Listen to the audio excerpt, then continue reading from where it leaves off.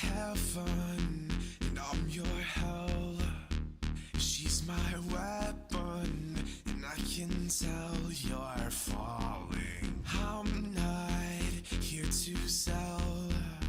Get off my level and end my spell. It's just a masochistic love I've got to push under your shove. It's not the anger in your heart and in the pocket from the start. I'm not the fire in your chest, I'm just the words under your breath. So take the liar to your heart, he'll be the one to give you death. But we've got love drugs, someone's going crazy. Doesn't happen, baby. Let me out my mind, can't have another moment in another moment. Running in the wild west, take me back, you know my love's a weapon.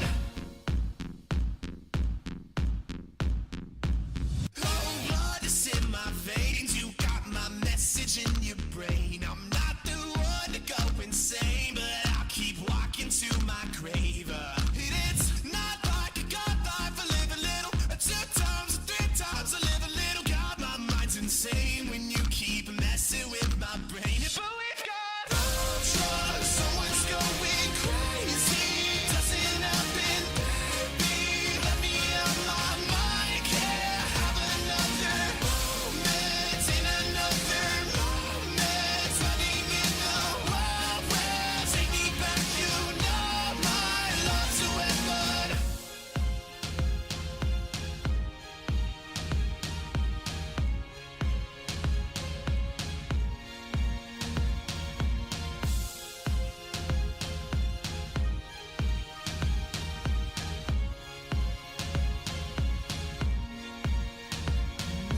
Time.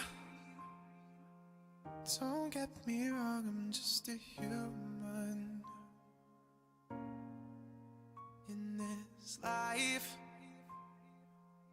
I'm not the one to tell you live right, but the saints are gone and the eyes are closed. In the words we speak are the last we'll know. I'm just a human. Don't get me wrong, I'm just a human. But we've got love drugs, someone's going crazy. Doesn't happen, baby. Let me out my mind, can't have another moment in another moment. Running in the wild west, take me back, you know my love's a weapon. It's not like I got life, I live a little, 2 times, 3 times, I live a little. Got my mind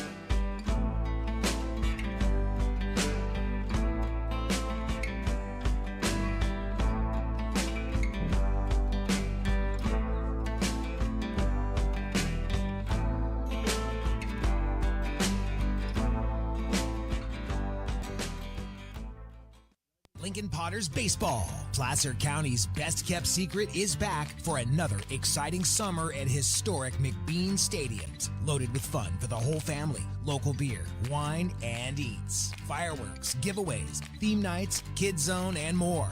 Come join in the fun and enjoy small-town baseball with Major League Entertainment. Tickets on sale now at LincolnPotters.com.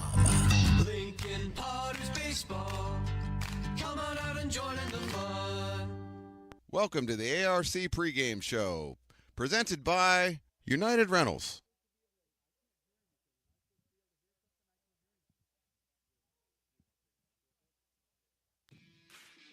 Hi, I'm Monica from Ace Body Shop in Towing. We are a family-oriented business. We've been in business for over 30 years. We are located downtown Lincoln at 333 Lincoln Boulevard in Lincoln, California. We do automotive repair and 24-hour towing. Our phone number is 916-645-2859, or you can find us on the web.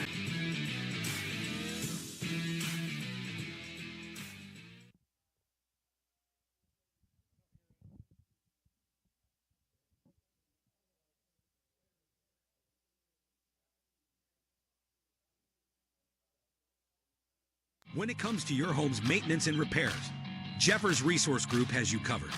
Our handyman services offer a comprehensive range of expertise so you can have peace of mind. Contact us to schedule your service today. American River College is a top-tier community college sports program that provides student-athletes with the opportunity to thrive both athletically and academically. ARC Athletics. Welcome to the ARC pregame show, presented by United Rentals.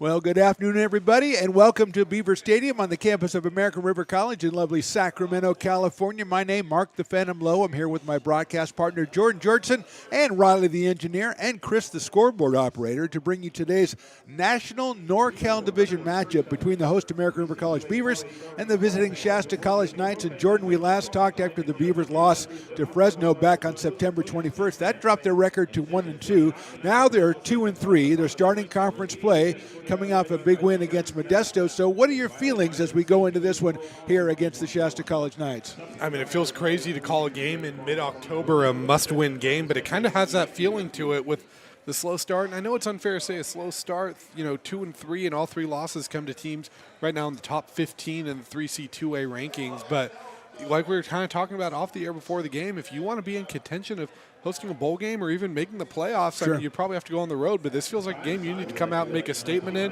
and a must-win. This is a Shasta team that's not going to, roll over lightly. They have a win over Diablo Valley, one of the teams that American River has lost to, so this is one of those games where the Beavers really need to come out kind of guns a-blazing and show that Modesto win wasn't a fluke. Yeah, we'll talk about Shasta in a little bit. I want to go back to talk about the hometown Beavers now. When we left, as we said, 1-2, and they went on the road. They lost a game to San Mateo by a field goal, didn't score a lot of points, then kind of broke out last week. Jet Harris, the quarterback, kind of been up and down so far, put together a really good game 2 weeks ago, and the Beavers got the 31-20 win against Modesto they really needed to have. And so what do you think is the effect on Jet Harris as far as confidence concerned? Does it hurt him that they took a week off after that? How do you feel he'll be coming into this one? I think that's the age-old question of does that bye week help or hurt him? I like to think that that's what's going to help him. Some of the AR teams we've seen in years past, it feels like this bye week is kind of a reset week, and for a quarterback that's kind of learning the ropes, maybe, getting that win, learning the offense a little bit. Maybe if you're Coach O, you're kind of looking at it going, okay, I can open up the playbook a little bit more. It felt like they kind of went to a little more of a simplified playbook in some of those second, third, fourth games of the season.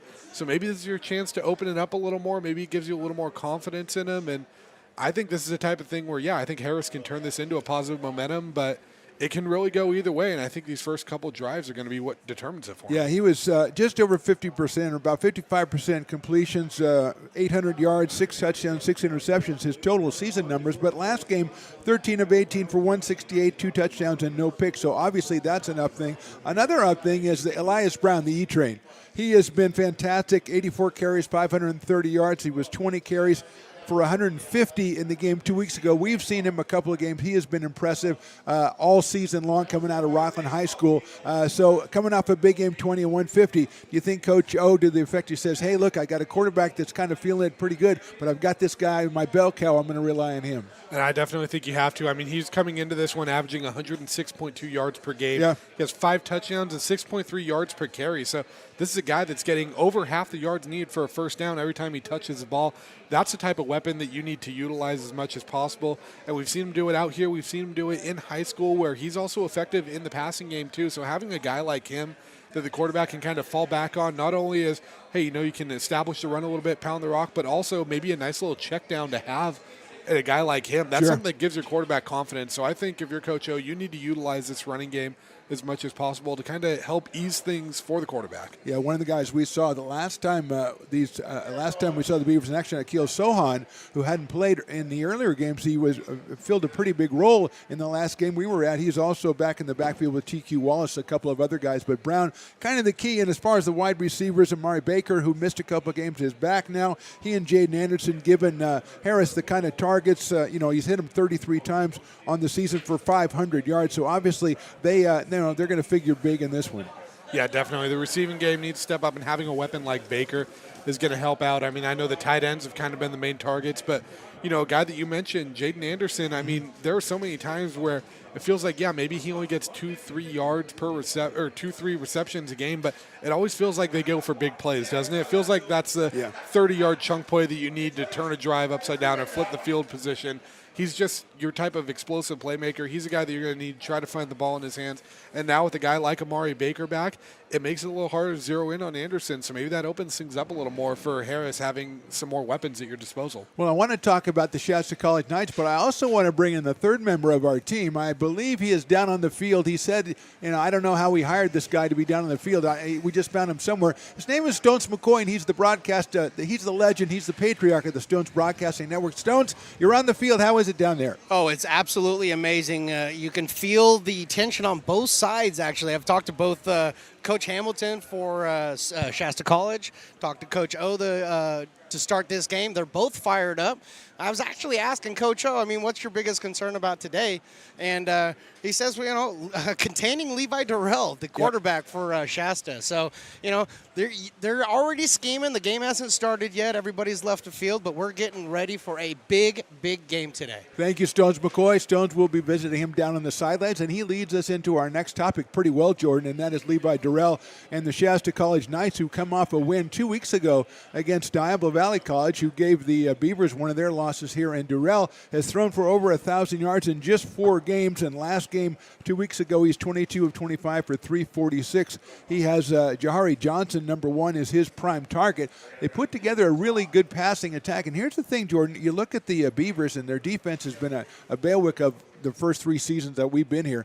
And that still, this year, they've got a really good defense. They only give up an average of 310 yards a game. But 2 weeks ago against Modesto, even though they came out with a win, over 500 yards allowed. And that's a dangerous combination or dangerous statistic when you look at Levi Durrell and what he's leading. Yeah, and I know that, we saw this defense. This defense has really been the stronghold of this team these last couple of weeks. Been keeping them in some of these games, and it feels like they always buckle down when they need to the most, but that 500-yard thing is concerning. That's one of those where you really hope, hey, whatever happened there, we shed that going into this bye week, and it's gone. But, yeah, when you have a guy like Levi Durrell, his 4 games this year, it's been 2 great games, and then 2 games that, are a little eye-opening. He has 2 games where he threw 87% completion percentage and 88% completion percentage. In those games, he has 7 touchdowns against no interceptions. But in his other 2 games, he had a 45% completion percentage and a 42% completion percentage, and he has 1 touchdown, 1 pick in that. So it really is a question of which Levi Durrell are you going to be facing today, and how do you – it's not going to be just all Levi – throwing the ball around. No. What are you going to do defensively to force it to be a 45% game or a 42% game rather than one of those 88% games? And we have seen that defense being able to put pressure on quarterbacks. In fact, it's a roughing the passer on one of those pressure plays in the Fresno game that really made a difference early in the season. But we have seen that,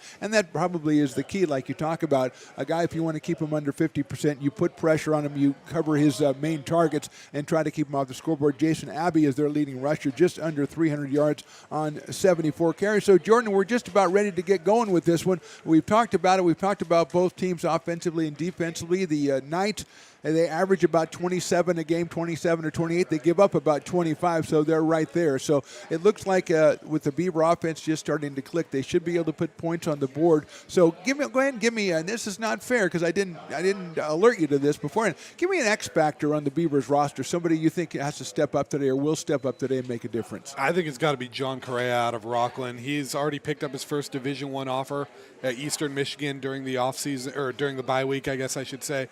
I watched this kid play all last year, and I said he's a Division I caliber player that just didn't get a Division I offer.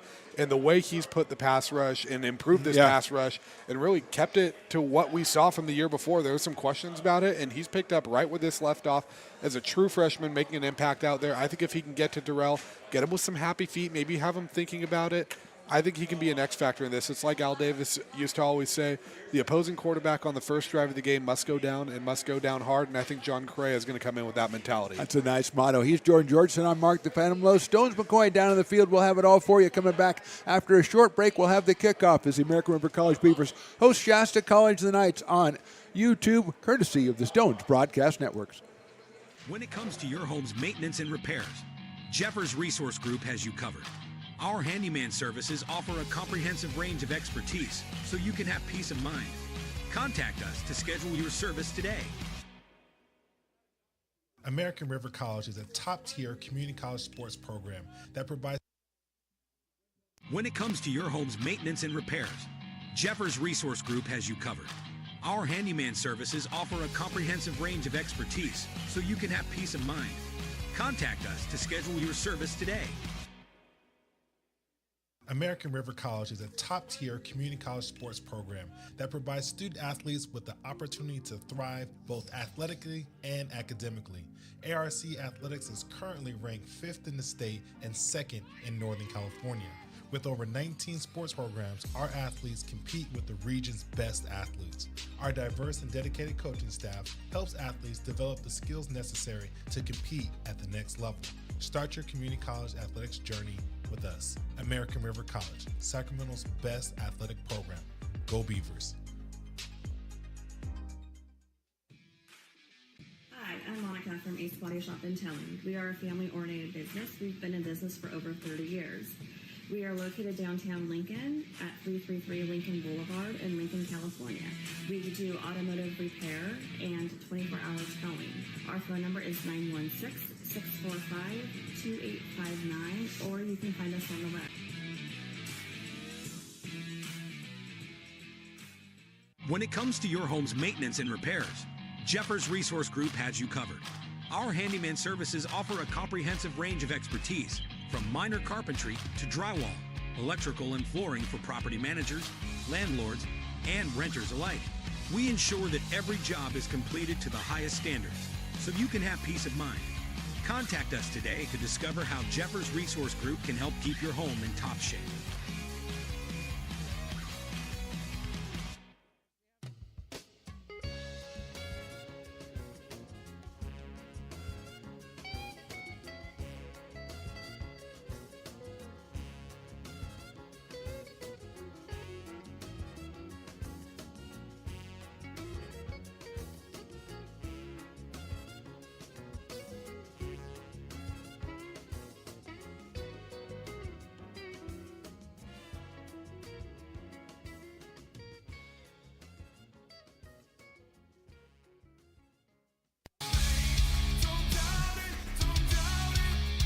Got dragged there, and I didn't. He's an actor. Oh crap! Who cares? You got the rest of your life to be, serious. But just tweet it out and then don't really then respond. run away. Yeah. I think it happens to some of us. Maybe it sounds a little personal to you, but I'm not. I didn't want me. Yeah, to I don't sound know. that It just way. maybe sounds like that. Generally fine. Again, you're a very bright guy. Yeah. You see right into Right my through soul, you. my friend. That's why I have so many jobs, because people think I'm funny when they're driving home.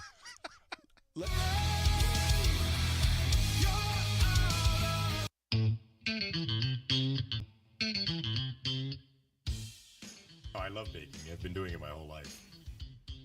Grateful Bread was started because I needed the job. It always used to seem like bread was just an afterthought, and which was always kind of disappointing. But now, as not only people, foodies and people eating, they're expecting better quality, and people notice it, they can see it. Lincoln Potters Baseball. Placer County's best-kept secret is back for another exciting summer at historic McBean Stadiums. Loaded with fun for the whole family, local beer, wine, and eats. Fireworks, giveaways, theme nights, kids zone, and more. Come join in the fun and enjoy small-town baseball with Major League Entertainment. Tickets on sale now at LincolnPotters.com. Lincoln Potters Baseball. Come on out and join in the fun. Here at Super Taco, we specialize in authentic Mexican food. One of the reasons we are different from other places is that we make everything from scratch. You get a great value when you come here, large portions and quality food. Our most popular dishes are many different kind of tacos. We have giant burritos, different kinds of enchiladas, and the fajita. If you're ready for real Mexican food, stop in at a Super Taco. We love to see you.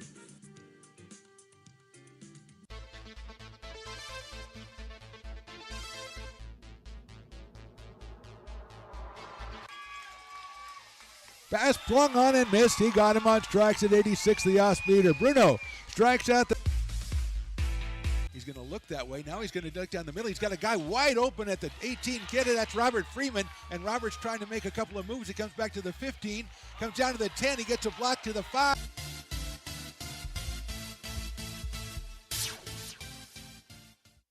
When it comes to your home's maintenance and repairs, Jeffers Resource Group has you covered. Our handyman services offer a comprehensive range of expertise so you can have peace of mind. Contact us to schedule your service today. American River College is a top-tier community college sports program that provides student athletes with the opportunity to thrive both athletically and academically. ARC Athletics is currently ranked 5th in the state and 2nd in Northern California. With over 19 sports programs, our athletes compete with the region's best athletes.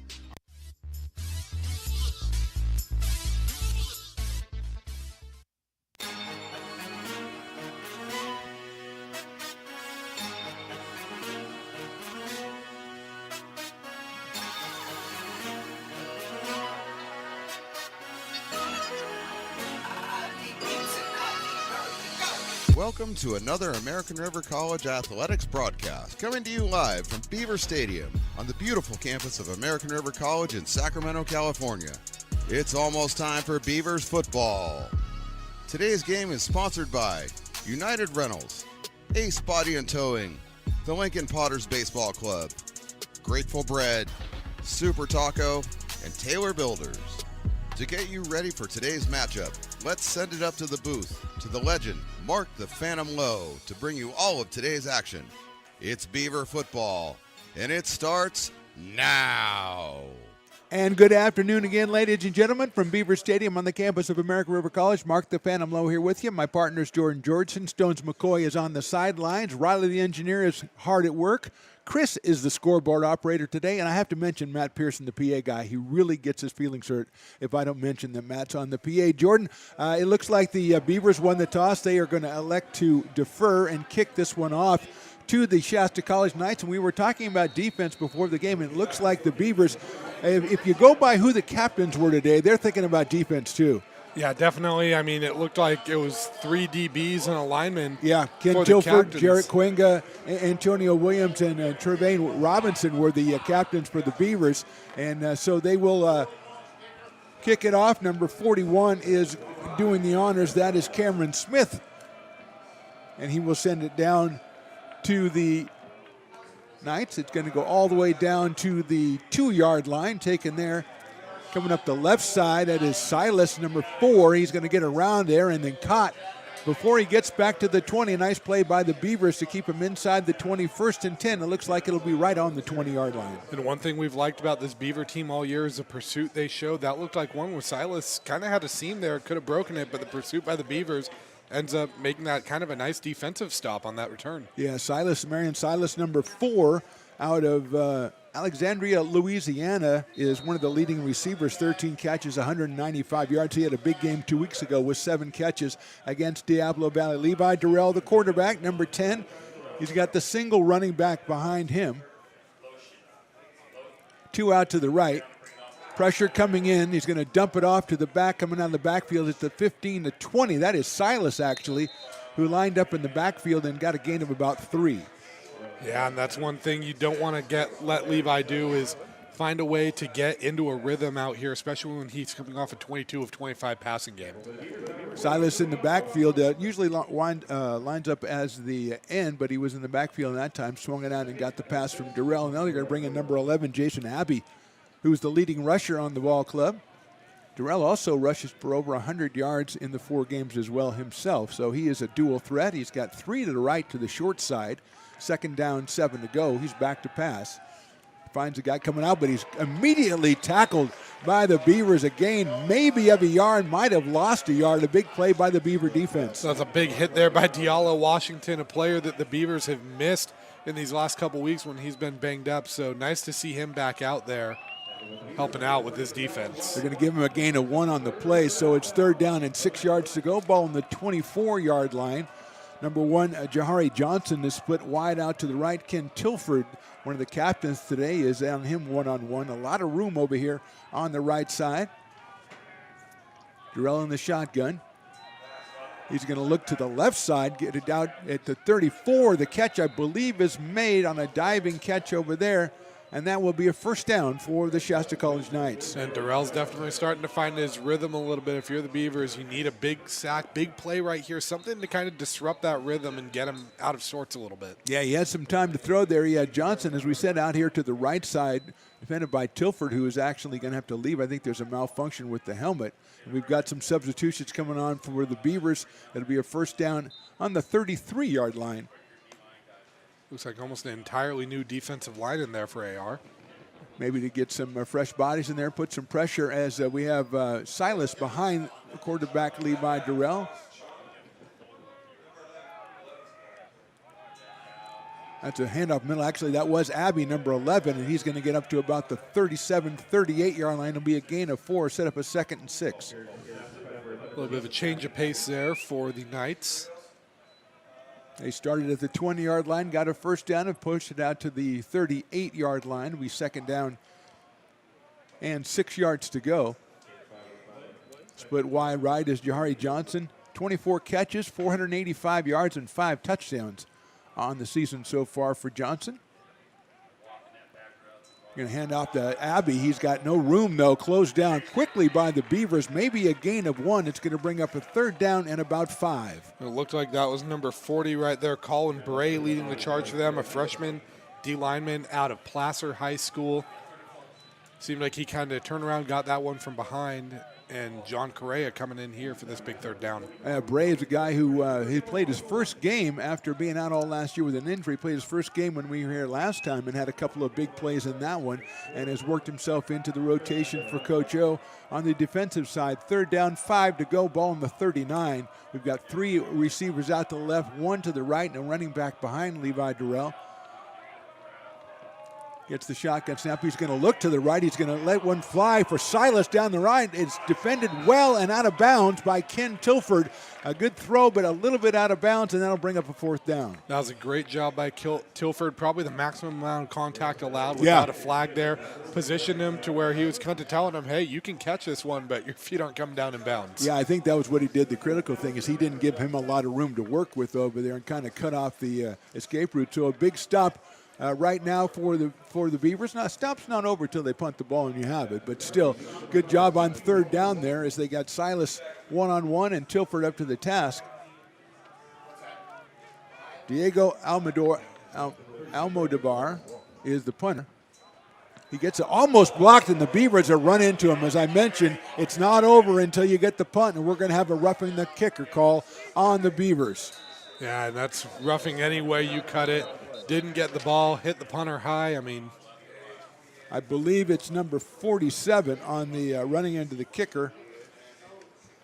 That is Edgar Montez, the linebacker, who just barely missed blocking that kick, but barely missed doesn't count.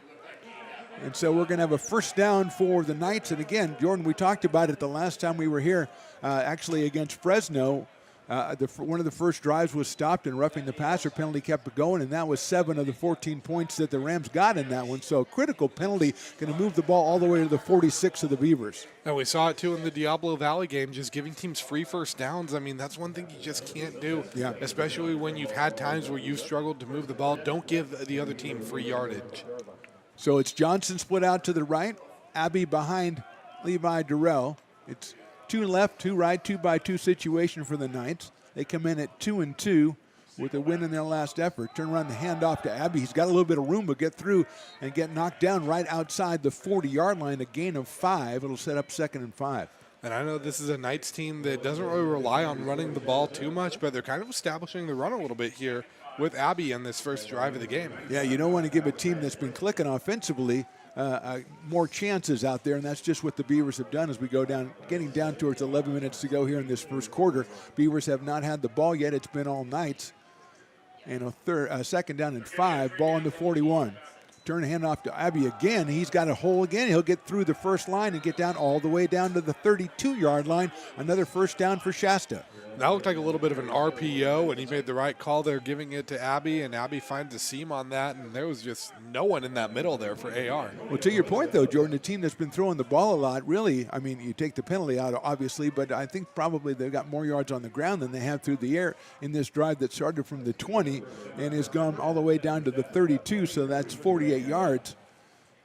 And it'll be a first down on the 32. 3 to the left side. And off to Abbey again. He cuts through, but he's caught this time as he gets over the 30 and dragged down at about the 28. Now is Washington there on the tackle, and Abbey's probably averaging something about 5-6 yards a carry right now, so why not go that well? But it feels like this is something where Shasta might be setting up for a stab downfield here. Yeah, if you get the run going, then you've got to honor the run. You've got to honor the play fake, and they've got, as we said, 4 guys with at least 12 catches on the season, so they spread it around with Johnson the main target. He split right on 2nd down. And there's the play, but good pressure by the Beavers. 3 Beavers converge on the quarterback, sacked back at the 35. And it looks like that was number 91 kind of leading the charge there for the Beavers. That's Garrett Risley, the Jesuit product, and he's had another big season. It feels like there's just edge rushers galore here with American River. It feels like there's 3 or 4 guys that seem to step up every week. 7-yard loss on that play, and we talked about the fake, and everybody was on the same page. Unfortunately, so was the Beaver defense. Sets up a 3rd and 14, ball on the 20 on the 35. They've got to get down to the 21-yard line here on 3rd down. They'll split 3 out to the right with Johnson on the outside, just 1 to the left. Back behind Durrell, kind of pointing out the blocking assignments. He's going to go straight back and look, but he's got nobody to throw to. And forced out, well done by the Beavers. He lets it fly down the sidelines. I guess he was not out of bounds, and so that will be an incomplete pass. And again, Jordan, the Beaver defense stepping up big. That front line you talked about in the pregame has really made the difference on that one. Yeah, definitely. And that was Bray there leading the charge on that pressure. Nearly got a sack. And this is kind of an awkward spot now. If you're the Knights, it's almost too close to punt, but 3rd and 14, you don't really want to, or 4th and 14, you don't really want to go for it, but it's too far for a field goal too. Yeah. And it looks like they might be going for this. Yeah, the 35, you don't want to really give the ball up on the 35-yard line. But, I mean, if they get 6 or 7 yards and don't get the first down, that's still, going to put the Beavers inside the 30. So, obviously, you can get pass interference. A lot of things can happen here. They split 3 out to the right, 1 to the left again. Running back right next to Durrell. He goes back. He's going to look. He's going to come back and throw it away on the left side. So best occurrence there, no yards gained against the Beavers, and they'll pick it up on first down on the 35-yard line. And I think the big thing for the Beavers is how that defense ended up standing tall. I mean, Durrell started this game 3 for 3, moving the ball well. Last 3 passes have been incompletion, so Beavers must have figured something out or read something well, and they started bringing pressure and making them a little more uncomfortable. Yeah, they got the sack, and then the 2 times that Durrell went back to pass after that, it looked like he looked one place and didn't find what he wanted and then tried to get off it right away. So good job by the Beavers front line on the defense with Colin Bray making a couple of good plays, Washington as well, and here come the Beavers with Jet Harris, the quarterback. Elias Brown has been the running back, over 800 yards on the season. And a fake handoff. Harris is looking deep. He's got Anderson out there. He's going to overthrow him by about 5 yards. and it'll bring up a second down. And I think that answers our questions about the confidence Coach O has in Harris after last week, letting him take a shot deep on that first play of the game. I mean, why not? That lets the quarterback know, hey, I trust you. I have faith in you out there. Xavier Porter and Victor Noble, two other wide receivers, come in after this play as Anderson and Baker will come to the sidelines. And, yeah, it looks like they were thinking maybe the Knights will be so concerned with Elias Brown they might give us a chance. So that one a little bit overthrown. And Noble and Porter both come out to the left side. It's a second down and 10 on the ball on the 35. Beavers with one running back, turn and hand it to him. That's Elias coming up the middle. He'll get 5, a chunk yard, maybe a couple more after contact, and set up maybe a third and about 3. Yeah, and it looks like they're going to give him that 5, which, crazy enough, that brings down his yards per carry average when you're coming in averaging 6. And again, I think you can expect to see a lot of Elias Brown today. 3rd and 5. They got a nice chunk right there, and now Harris is trying to get the play from the sidelines. Jet out of Dixon High School. 6'1", 185 pounds. Coming off a good game.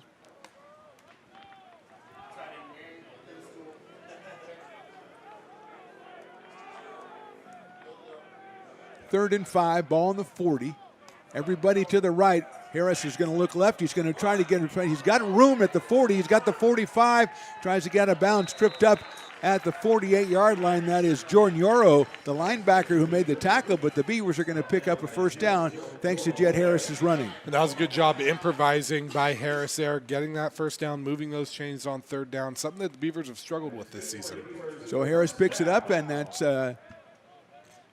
first down on the 48. We'll hit Stones McCoy on the sidelines after this play here for the Beavers, as they've got Brown behind Harris. They split one wide right.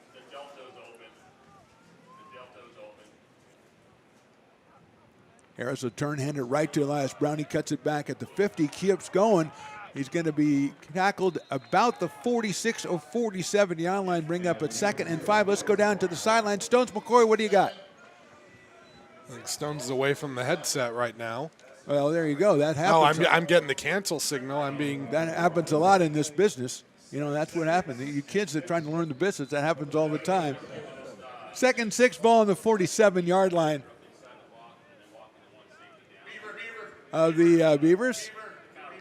Harris has Brown right behind him. He's also got 2 wide receivers slotted out to the right side. He's going to try to get one off quick on a shot. He's got a receiver at the 42, cuts back, and knocked down at the 36. A successful first down play for the Beavers, and they'll start it at the 36-yard line of the Knights. It looks like that was Anderson right there reeling that one in. And you definitely see more of a focal point right now of the Beavers trying to get the ball in their playmakers' hands early in this one. Yeah, and they are putting Harris back. They've got kind of alternating. Jet goes back or just hands it to Brown, and hopefully trying to keep the Knights off balance. They've got to honor both of those threats. So first down, ball on the 35. 6:10 to go here. First quarter, no score. In motion goes Baker. He'll come back, reset, and they'll hand it to Brown, trying to find an opening. He does find a little bit of an opening, and Jordan, there's that 5 yards and a bowl of dust right there as Brown is going to bring up a 2nd and 5. Yeah, and right now the Beavers are doing a good job mixing up this offense, keeping them guessing what's next. And, you know, Harris and Brown are both executing, and they're kind of forcing the Knights to have to respect both the run and the pass. Yeah, give him 6 yards on that carry, bring up a 2nd and 4 to go. Beavers are going to split Anderson out to the left. Also, they've got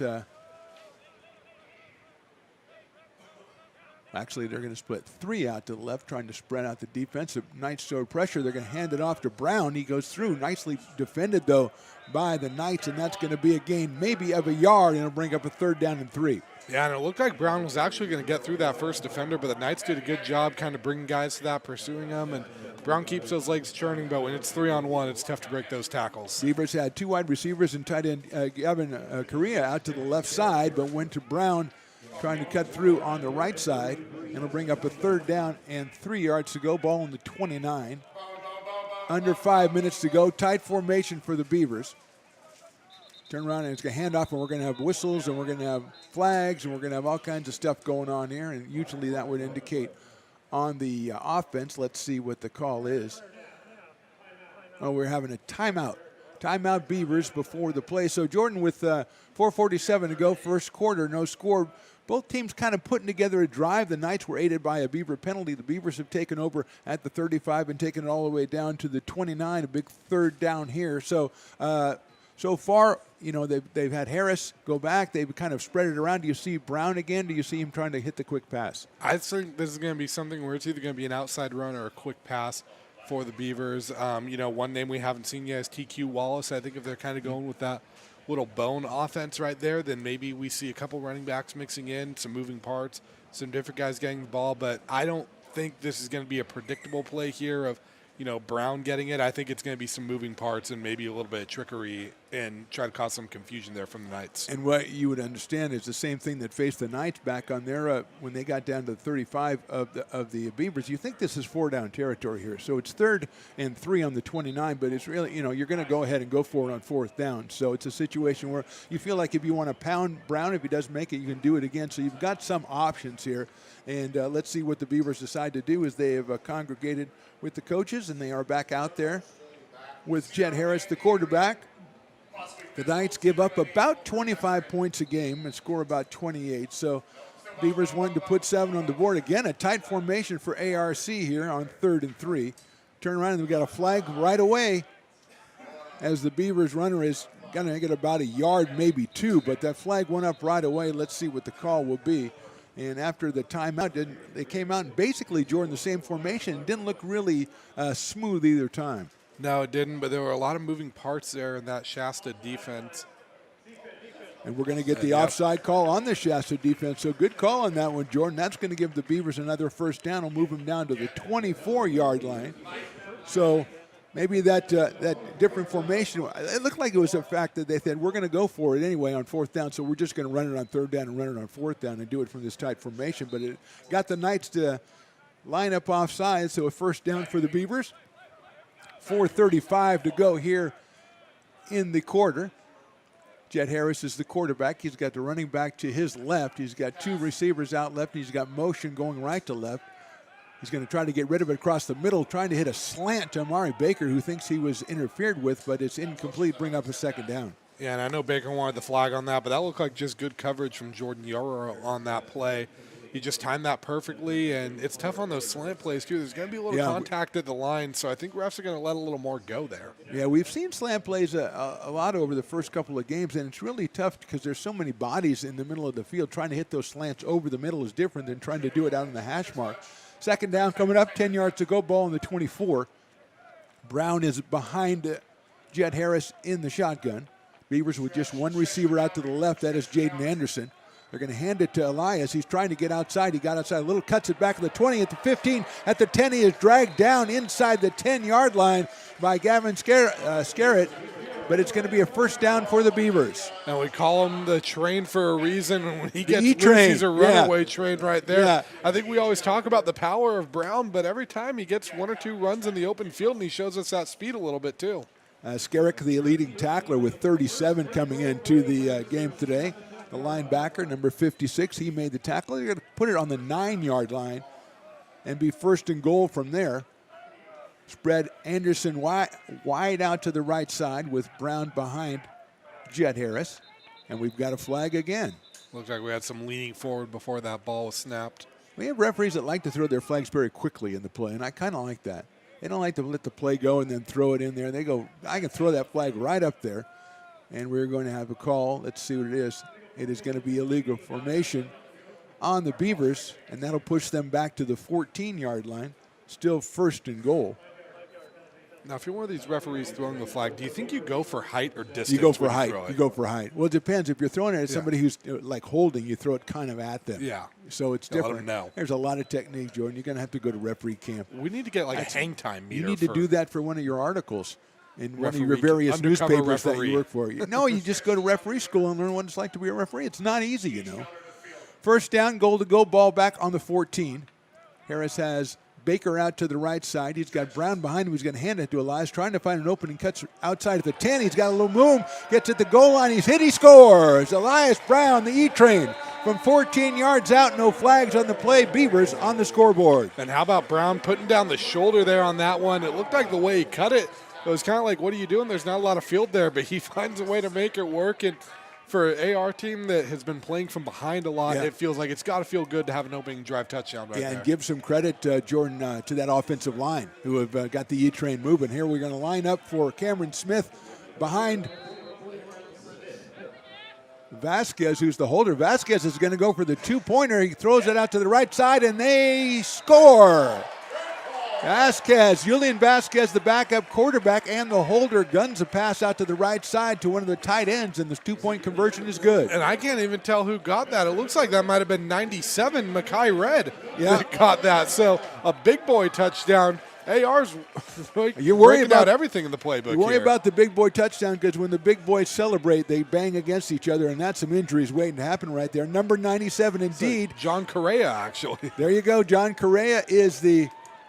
You mentioned him in the pregame, not as a receiver. You mentioned him as a defensive lineman, I think. So the Beavers come up with a two-point conversion. They lead this one 8-0. You know, I said coming into this he had to have a big game. I will say I did not have a receiving touchdown for him or two-point conversion on my bingo card, but as a you mentioned, big play for him. Picked up the D1 offer in the bye week, Eastern Michigan, so that's exciting. And the Beavers come down, they score, they pull off the two-point conversion, they take the 8-0 lead. And again, the unsung heroes, I think, in that drive, the offensive line who got the holes that Elias Brown, the E-Train, rumbled and stumbled, but it was the line that gave him the opening to go through. And so hats off to those guys, the five up front. Cameron Smith will do the kicking. We had Silas back for the Knights on the opening kickoffs. Marion Silas brought it back to the 19-yard line. 3:27 to go here, first quarter. Mark the Fenelmo here with you. Jordan Georgeson, Stones McCoy on the sidelines, Riley the engineer, Chris the scoreboard guy, and Matt Pearson doing the PA. That kick will take him back into the end zone, bringing it out over to the left side. Number 33 for the Knights. He's got a little bit of an opening. Beavers run him down, but he makes it out all the way to the 25-yard line. That is Tanner Dobek, who brought that one back, and he is out to the 25-yard line. And a nice little return there for the Knights. Gives you a little better field position than you thought you were going to get when he first took that out. And now they're kind of playing from behind. You've already forced Durrell to have as many incompletions in that first drive as he's had all week 2 weeks ago. So we'll see how this defense responds. We'll see how Durrell responds. He splits Jahari Johnson out to the right. Also, the tight end David Sheffer out to the right side.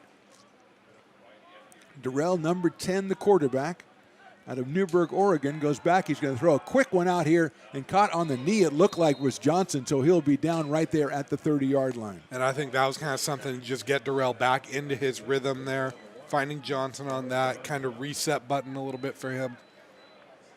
And we saw a couple of times the Beavers' defensive line able to put some pressure on Durrell and make him go away from his first target. That time I think he only had one target. It was going to be Johnson on the short hitch play. So it's second down, ball on the 35 yards to go. Durrell is the quarterback. It looks like Diego Garcia is the running back number 23 as they move it over to the right hash mark here. Diego with 41 carries and 154 yards, a couple of receptions as well in the first 4 games of the season. He is out of Central Valley High School in Shasta Lake. Second down, 5 yards to go. They're going to hand it to Rassi. He gets up there, dragged down. He's going to make it all the way out to the 35. Good pursuit by the Beavers, but a good run by Rassi brings up a 3rd and 1. There was a couple different Beavers that got him, but I think it was Trayvon Robinson that actually ended up making the tackle, the sophomore linebacker out of Luther Burbank High School. And give him just 3 yards, so it'll be 3rd and, let's call it 3. With the ball at the 33-yard line. So the Sticks, we started the drive from the 26, not the 25. So Rissia is behind Durrell. He's got 2x2 wide receivers. Tilford defending here on the short side.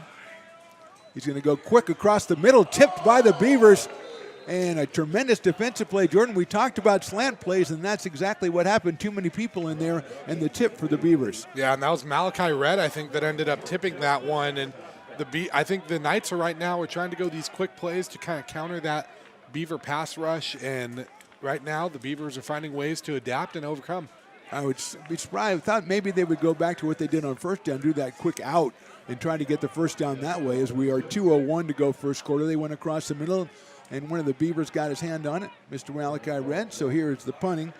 Again, Almadar, he's got it, kick it from about his 17, and that's a pop-up. Look out, Beavers, and it's out of bounds at the 45. They're going to mark it at the, let's see, going to mark it at the 45-yard line. So that'll be about an 11-yard punt, and the Beavers will take over with great field position here with just 1:53 to go first quarter. And if you noticed on that, the Beavers did not really rush a lot on that, especially after getting that roughing penalty that gave up a free first down. So I think that might have been by design. Little problem with the snap, got Urquitas off his mark, and he kind of ran out to the right, didn't get the good foot on it, and the Beavers are the beneficiaries as they'll be first down the 45 with Harris.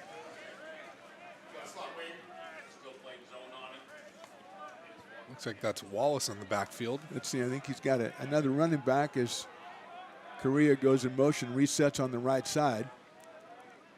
Harris is going to throw. He's going to throw the quick throw. He's got a guy open out here, number 11. That's Xavier Porter, and that's a quick completion, just like we saw on the other side, Jordan. A quick completion picks up a nifty 5 yards. And I think part of that, too, is, I think Shasta saw what the run did to them. I mean, Brown had 42 yards on that opening drive, so maybe they're going to be facing a few more stack boxes, and that's where these quick passes can work for you. 6-yard gain on the play for Porter. Ball in the 39, 2nd and 4. TQ Wallace, I believe, is the running back in there, spelling Elias Brown. Beavers send 2 out to the right. They've got Porter out here to the left by himself. They're going to hand that one off to TQ. Goes through, actually, that's Sohan, I believe. And Sohan, Akil Sohan, number 8, will get down just outside the 35. He is short of the first down, 3rd and 1 coming up. And Sohan, the former Grant Union star running back. It feels like they always have great running backs coming out of that school. And we've seen a few of them playing at the FBS level right now with Wayshawn Parker and Green over there at Washington State. But another great one here in Sohan. The big run there sets up a 3rd and short. Yeah, we saw Sohan for the first time a couple of games ago. 3rd down, and Brown is back in as the Beavers are going to go full house backfield. It'll be the quarterback sneak, though, and that should get the first down by Jet Harris as he crosses the 35, and they're going to move the chains. First down, Beavers. And a little bit of a strange formation there. It's kind of it's not quite a wishbone or a flexbone, but it seems like some type of variation of one of those 1940s Army offenses. I know them well, my friend, yes. You played in a few of them probably. I did. Well, I mean, it's nice because you knew where everybody was because they're all right in a little tight circle. There's nobody spread out anywhere because we hadn't come up with a forward pass yet. Anyway, first down, ball in the 34. As Jet Harris checks the sideline. Tight formation, just one receiver out. He's going to turn. He's going to hand that one off. Cut back, and that, I believe, is TQ Wallace. Nice cutback. He'll get him all the way down right around the 28-yard line. Good play on first down for the Beavers. TQ Wallace, kind of the change of pace back here, provides a little more of the speed, and it looks like Sohan's actually going to be coming back in. And, this is kind of a backfield where last year we had a 3-headed monster, and it feels like we're starting to – the monster's starting to get 3 heads here again. These backs are starting to get a little more comfortable. I know they had that ding losing Crawford on opening day, but it feels like this backfield's starting to get familiar. That's the end of the first quarter. Beavers in possession. Beavers on top, 8-0. We're back after a short break right here on the Stones Broadcast Networks. When it comes to your home's maintenance and repairs, Jeffers Resource Group has you covered. Our handyman services offer a comprehensive range of expertise so you can have peace of mind. Contact us to schedule your service today. American River College is a top-tier community college sports program that provides student athletes with the opportunity to thrive both athletically and academically. ARC Athletics is currently ranked 5th in the state and 2nd in Northern California.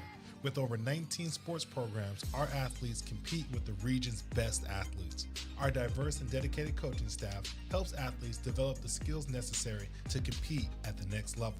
Start your community college athletics journey with us. American River College, Sacramento's best athletic program. Go Beavers.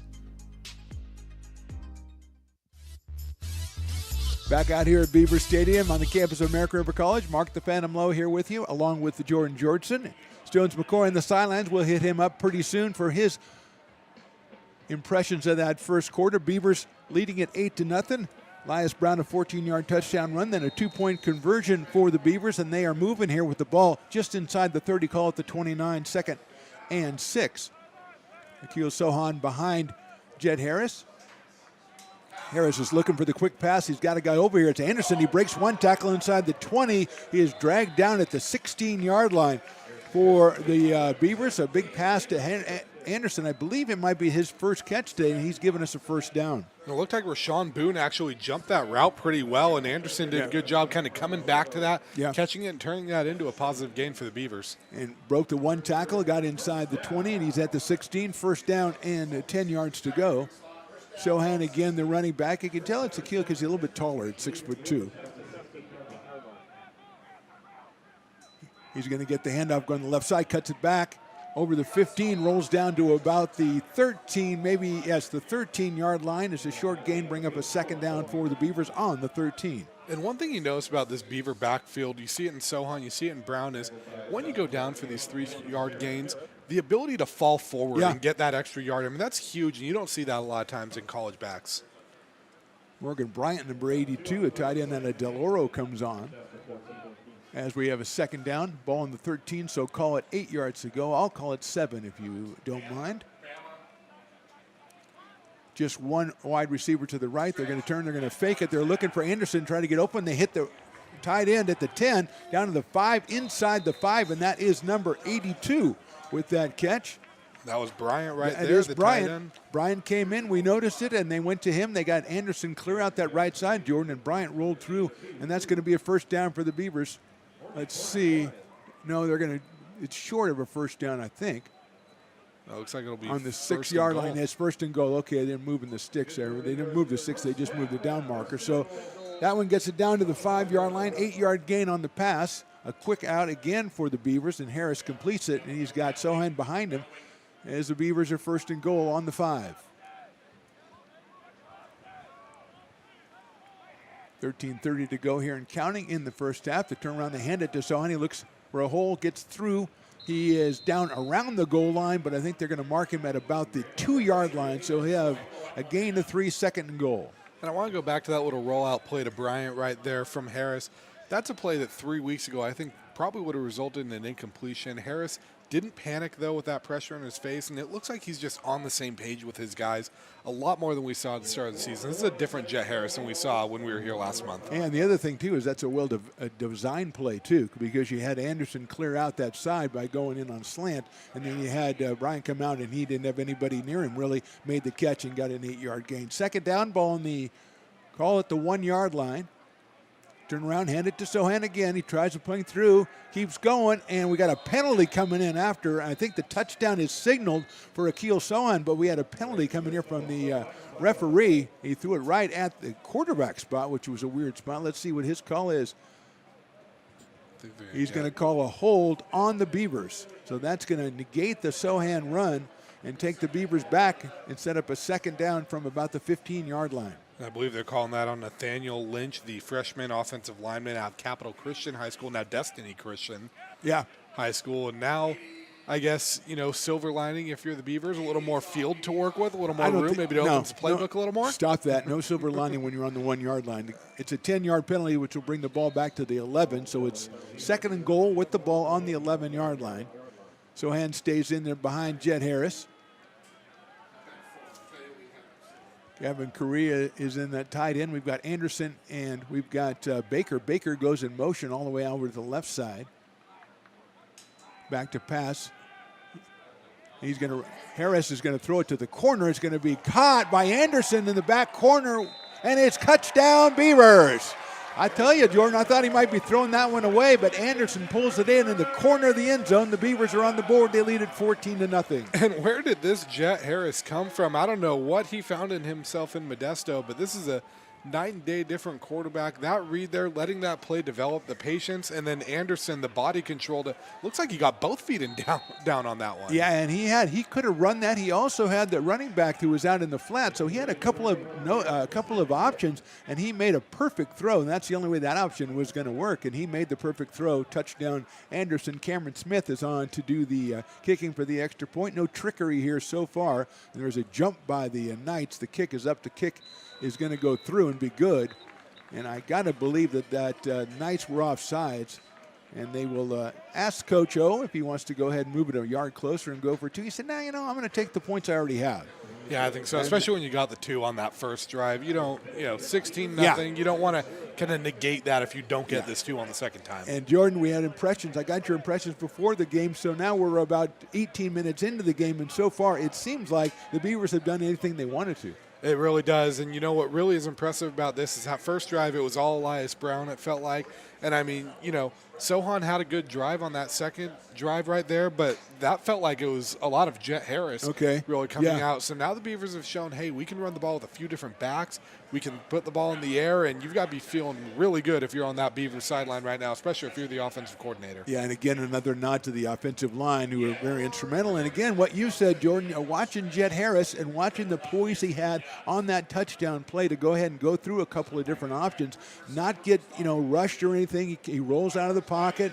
And I think that they've had a lot of quick hitters, and that really helped his confidence so far here in the first quarter and first 3 minutes. A lot of their routes have called for the quick hitters, and they have converted those, and I think they've got him that confidence. And on the other side, we talked about Levi Durrell and Shasta. He either has been really good or not so good, and so far the Beavers have held him in check. And they've done a good job making him uncomfortable, too, kind of keeping him guessing a little bit and then adjusting to whatever the Knights are kind of throwing at them to counter what the Beavers do. Cam Smith will kick it off again. He's got Silas back there to receive, and another receiver as well. I can't tell the number in the back right there. And here's Smith. Last time he put it right on the goal line, and this time it's going to be on the 1 yard line, 2 yard line, picked up over there by Silas. I believe he's going to get back out to the 20, and then he's hit and driven backwards, and it will be first down on about the 21 yard line. And I believe that was actually DeAndre Irvin returning that one for them. And again, another time where the Beavers are kind of the kick return and that special team is leaving the Knights with a long field, something that kind of hurt the Beavers in the past too. We saw them give up some long returns, so they're doing a good job kind of putting the defense in a successful position. And ball on the 20-yard line, Irvin, number 15, with the return. Give him 18 yards on the return. It's a first down. Durrell's got 2 out to the left side here. Beavers showing a little pressure, going to back off. It's going to be handoff around the left side. Got a little bit of running room. Nice pursuit by the Beavers, pulled down at the 24. So a 4-yard gain, set up a 2nd and 6. Now it's Diallo Washington getting the tackle there. Another name, or another time we're calling his name. And like we said, a guy that they missed. He went down, and I believe it was that Fresno game pretty early on, and you could feel his presence missed while he was out there. 4-yard gain for the Knights on that one. And they'll set up a 2nd and 6. Motion again, that handoff is faked, and Durrell's going to keep it and try to get up the middle. He might get up to just short of the 30-yard line. Let's see where they mark it. It could be a first down. And Jordan, we mentioned Durrell with over 100 yards rushing in the first 4 games, so he is a dual threat, and that's the first time we've seen him take off in this one. Hey, how about Durrell putting his shoulder down too? I mean, 6'3", 210, that's not a small guy to be tackling. No. And you love to see a quarterback that's not afraid to put his shoulder down and go into some contact. They give him the first down, so it's 1st and 10 on the 30-yard line. He's got 2 wide receivers out left. The single back behind him, I believe, is Jason Abbey. The count had the Beavers jumping off, but ball not snapped. 11:15 to go here. First half, Beavers lead at 15-0.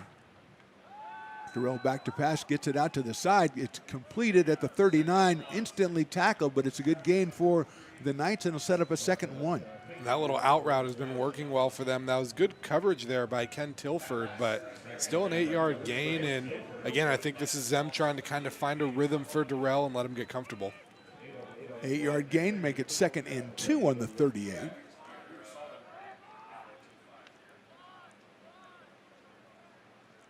Two out to the right, 2 out to the left for the Knights on a 2nd and 2.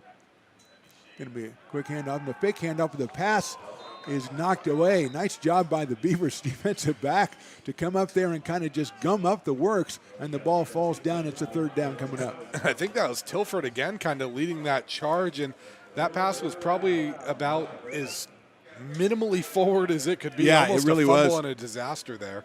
And Tilford took his intended target, pushed him back into the intended receiver, and chaos ensued and brings up 3rd down on the 38.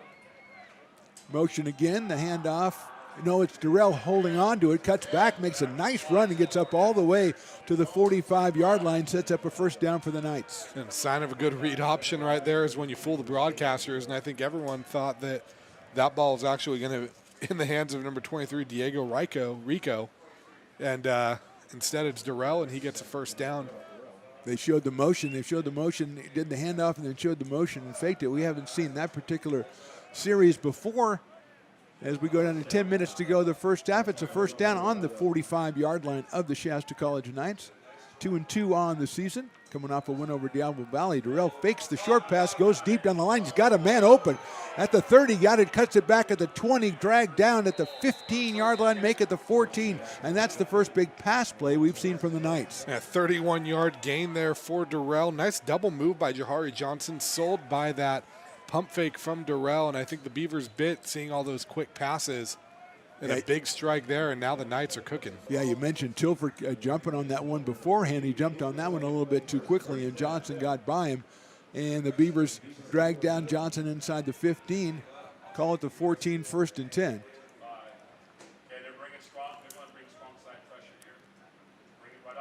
Durrell's looking to pass again across the middle. He's got a man just off his hands. That is Jahari Johnson, who was cutting across the middle. We talk about the slants, Jordan. That one he had an open lane, just couldn't make the connection. Yeah, and if he had that one too, that's trotting in for 6 right there. Just a little bit, the timing was off. I don't know if that was maybe Durrell throwing it early or Johnson not quite being where Durrell thought he was going to be. Well, you talk about Harris looking more confident, I think, in the last couple of plays. Maybe since they've mixed in a couple of runs, Durrell also looking a lot more confident out of Newburgh, Oregon, Mr. Levi Durrell.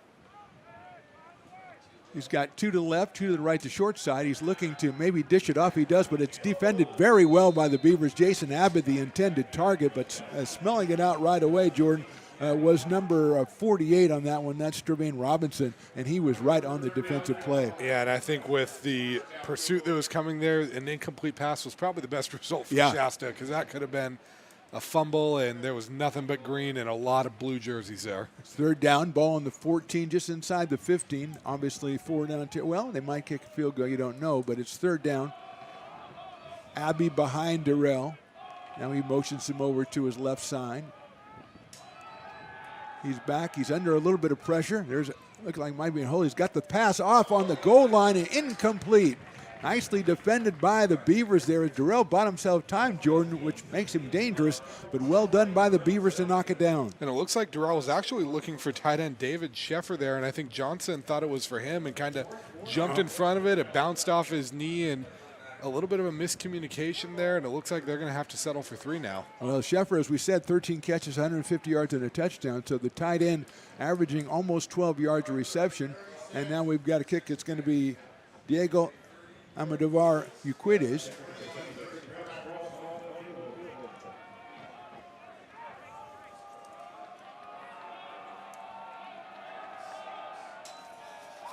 That kick is up, and it is good.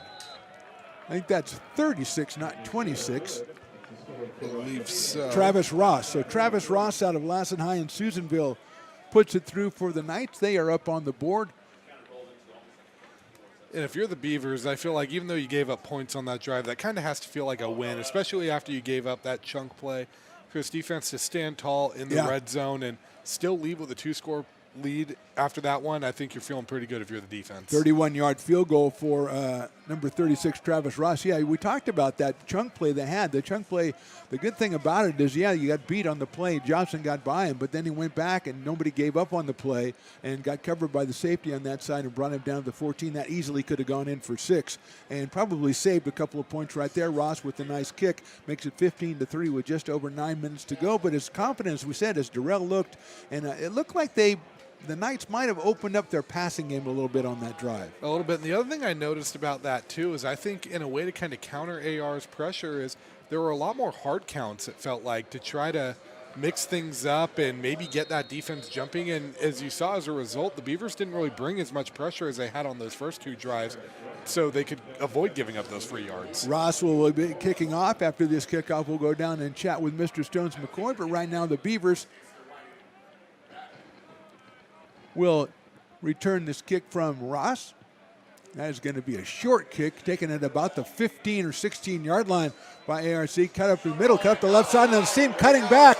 There's a wide open spot. I think that's TQ Wallace. He's at the 30. He's at the 20. He's got two guys to beat at the 10. 5 cuts back. Touchdown, Beavers. TQ Wallace takes it all the way, 86-yard Beaver touchdown. And how about Wallace almost using the referee as a blocker? It looks like we do have a flag, and this one might be coming back. That's the best call I ever had, too. Come on. We could have gone down to Stones. We can clip it still. Yeah, and, that's no true. one has to know Nobody it got has to called know. Back. Good call by you. Except Good when you call put it by out you. there, I'm going to comment and be like, hey, didn't this get called back? That's enough out of you, Mr. Mr. Jordan Georgeson. We're going to get the flag is right about the 50-yard line. Get a hold by the Beavers. So if they go from the spot, it'll be the Beavers ball at about the 40. But TQ Wallace comes up the left seam, cuts it back. We don't get to say his name that often, Jordan, but man, what an exciting play that was. And man, it almost felt like last year watching Robert Freeman watching Yes. number 5 streaking down the field on a big return. I almost wanted to call him Freeman before you remember it's Wallace. Yeah, absolutely. Yeah. So the Beavers, let's see, as we said, the flag down at about the 48, so they'll take it back 10 from there and mark it at the 38-yard line. So Beavers, good field position anyway. You come out of a kickoff at the 38, that's pretty good. And it'll be first down for ARC. They lead at 15-3. Jet Harris, as you talked about, Jordan has looked a lot more confident here over the last quarter and a half, and he's going to have Elias Brown back in his backfield. Yeah, and Brown, 42 yards on an opening drive. We didn't see him on that second drive. We'll see if they go to his well early here. Well, we know TQ is kind of tired, so he probably won't come in for a little bit. 3 out to the right, 1 to the left for Jet Harris. He's got Brown behind him. He's going to turn and hand it to the E-Train. Cuts it back, and well done by the Knights to stack that one up. I think they're going to give him a yard, but it'll be second down and 9 yards to go. Well, it looks like that was number 51, Riley Sereth, that was leading the charge on that one. Just plugged that hole right away for the Knights. We talked about this with the Knights, but when you've got an E-Train like an Elias Brown in there, it makes that play action fake a little bit more successful too. So let's see if maybe the Beavers go that route as they make a couple of substitutions here for second down. Ball on the 39-yard line. 8:20 to go. First half, Beavers 15, Knights 3. We've got split out to the right side. Jaden Anderson. Also, it looks like Akil Son is all right. The fake is going to be a pitch out. Nicely done by the Knights to shut that down, and running it and losing a yard will be the quarterback, Jet Harris. It was a reverse around for the Beavers, Jordan, but there was a defensive fly in the ointment, and it caused a loss on the play. That was Dominic Menenges on there, and I think he kind of bit on that little juke that was an accidental hold by Harris. It looks like we might get a sideline warning on the Beavers. Well, we might get more than a warning. We've got a flag on the play. Let's see. And that would be a crimp in the it is going to be, they're going to move him back. It is going to be a penalty on the Beavers. So just a warning the first time, it looks like. So ball is at the 38-yard line. It's third down. It's 10 yards to go. Nick Ekaterinas is in for the Beavers as another wide receiver. He is in motion, resets over here to the right side. They're looking that way. Get a short one out here to Correa, but he's closed down very quickly by number 3, Rashawn Boone. And that is a good play, a gain of 5. It'll bring up a fourth down, Jordan. Yeah, this is going to be an interesting one. Oh, no, never mind. The ball got spotted a little further back than I thought it was. I was going to say it left an interesting spot where maybe you could see a fake punt here, but I think if you're the Beavers, smart thing to do with how your defenses play is punt this ball away. Landon Richardson, the punter, on a 4th and 4 from the 44-yard line. So with the good defensive stand for the Knights, as we thought we had 6 points for the Beavers, it ends up a punt from right around the 30-yard line. He'll be striking from Landon Richardson. He shoots it over to the right as well, and that is going to go out of bounds right about the 32-yard line. So just about a 24-yard punt for the Beavers, and the Knights actually come out in a pretty good field position, Jordan. Yeah, I think best starting field position they've had all day in this one, and if you're the Knights, you're feeling pretty good. Yeah. You thought you gave up a kick return, and instead you end up forcing a 3-and-out, now a position to come down and make this a one-score game here. Yeah, you forced the 3-and-out by jumping on a play, making a really good play on what the Beavers are trying to do with that end around, and kind of put them behind the sticks, and they couldn't catch up. And after this play, we'll go down and talk to, as I promised, Mr. Stones McCoy, who I was giving him time to collect more information. He was just standing there looking at That's an old broadcaster trick. I sent him down there, yeah. Darrell back to pass. He's got time down the middle. He's got a man open, but can't make it on a sliding try there by number 85, David Sheffer. It'll bring up a second down. And Stones McCoy, what's going on the sidelines? All kinds of stuff's going on down here on the sidelines. Ken Tilford, the sophomore defensive back, got his left ankle taped back up. He's working on it right now. Hopefully he'll be able to get back into this game. And Elias Brown, little shoulder, getting his shoulder worked out currently.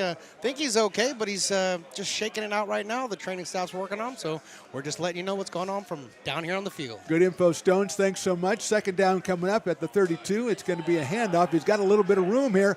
Left side and over the 40, almost to the 43-yard line. That is number 23, Diego Rucia, making the run. It's going to be a run of 10 yards and a first down for the Knights. That little jet sweep play to Rucia has worked out well for them. I think it's gone for almost 8-9 yards every time they've run to it.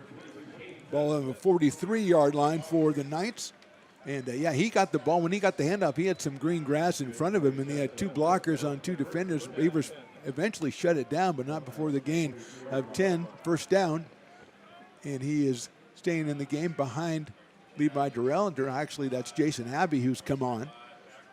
Durrell, quick pass out to the side. He's got a completion to Sheffer at the 49. Hit immediately and drop, but a gain of about 6. He'll set up a 2nd and 4 for the Shasta College Knights. And Sheffer is a name that we didn't really call on those first two drives. I think it was towards the end of that third drive. He's a lot bigger of an involvement in this drive, so we'll see if that continues in this game. Yeah, one of 4 receivers with at least 13 receptions on the Knights. They're led by Johnson with 24.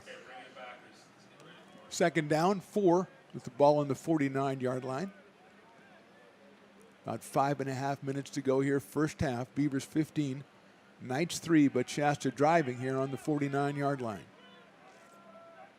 Durrell's going to pass it right away. He gets a quick one out across the middle, and that is incomplete. And that's a lot of danger, as we talked about a couple of times, Jordan, a lot of traffic in there. Yeah, a lot of traffic in there, kind of a dangerous throw, and then it being a little bit behind Johnson didn't really help. That felt like a disaster averted right there for the Knights and live to play for another down. Yeah, we've seen the slanted Johnson tried a couple of times. Obviously, it's a play they've done. And he's got 24 receptions in 4 games, so it's been successful. Today, not so much.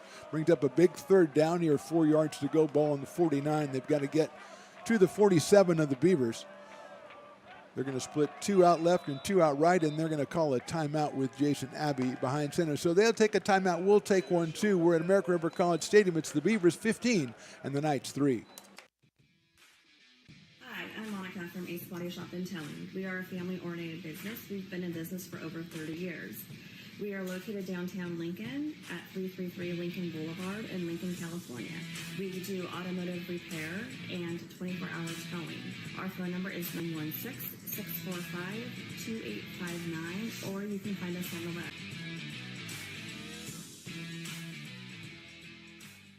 When it comes to your home's maintenance and repairs, Jeffers Resource Group has you covered. Our handyman services offer a comprehensive range of expertise, from minor carpentry to drywall, electrical and flooring for property managers, landlords, and renters alike. We ensure that every job is completed to the highest standards, so you can have peace of mind. Contact us today to discover how Jeffers Resource Group can help keep your home in top shape.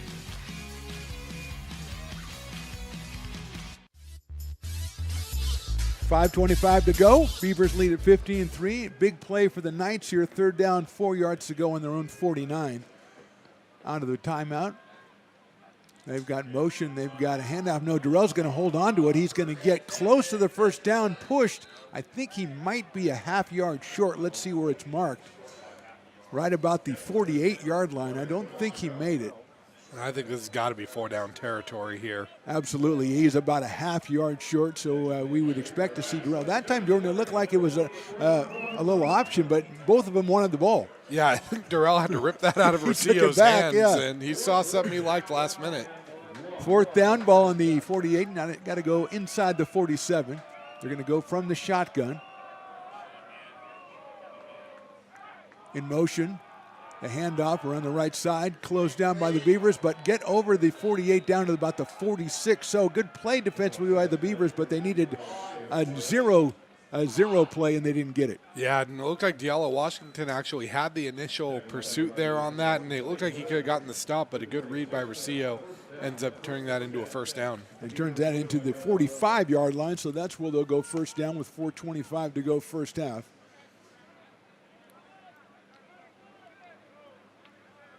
Beavers with a touchdown on the kickoff return called back. The Knights shut them down, and they've taken over, and they have first down here on the 45. And Durrell's going to get that one out to the side. He's got a completion cutting back. It's Johnson over the 35 down to the 33, and that is a pretty successful play to Jahari Johnson, a 12-yard gain. Nice little sidearm pass there by Durrell on that play to turn that into something because he had someone barreling down on him.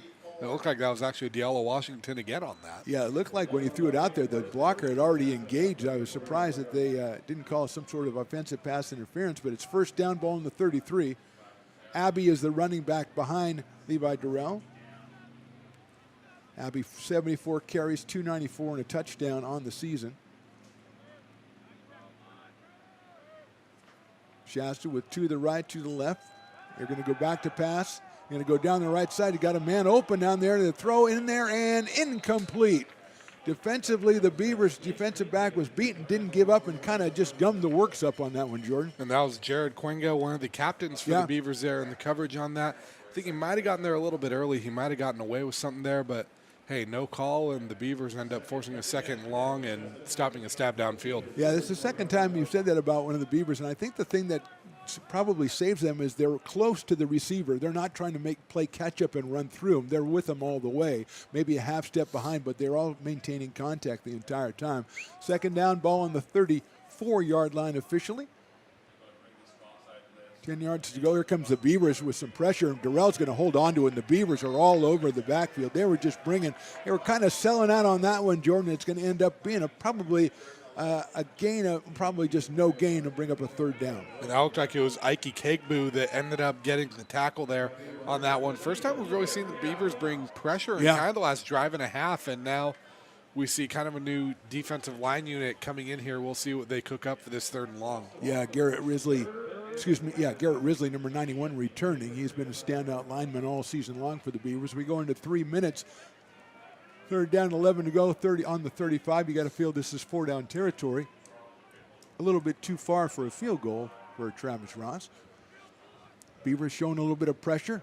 Durrell is got time. Now he's got nowhere to throw to. He's trying to get around. He's caught by two different Beavers.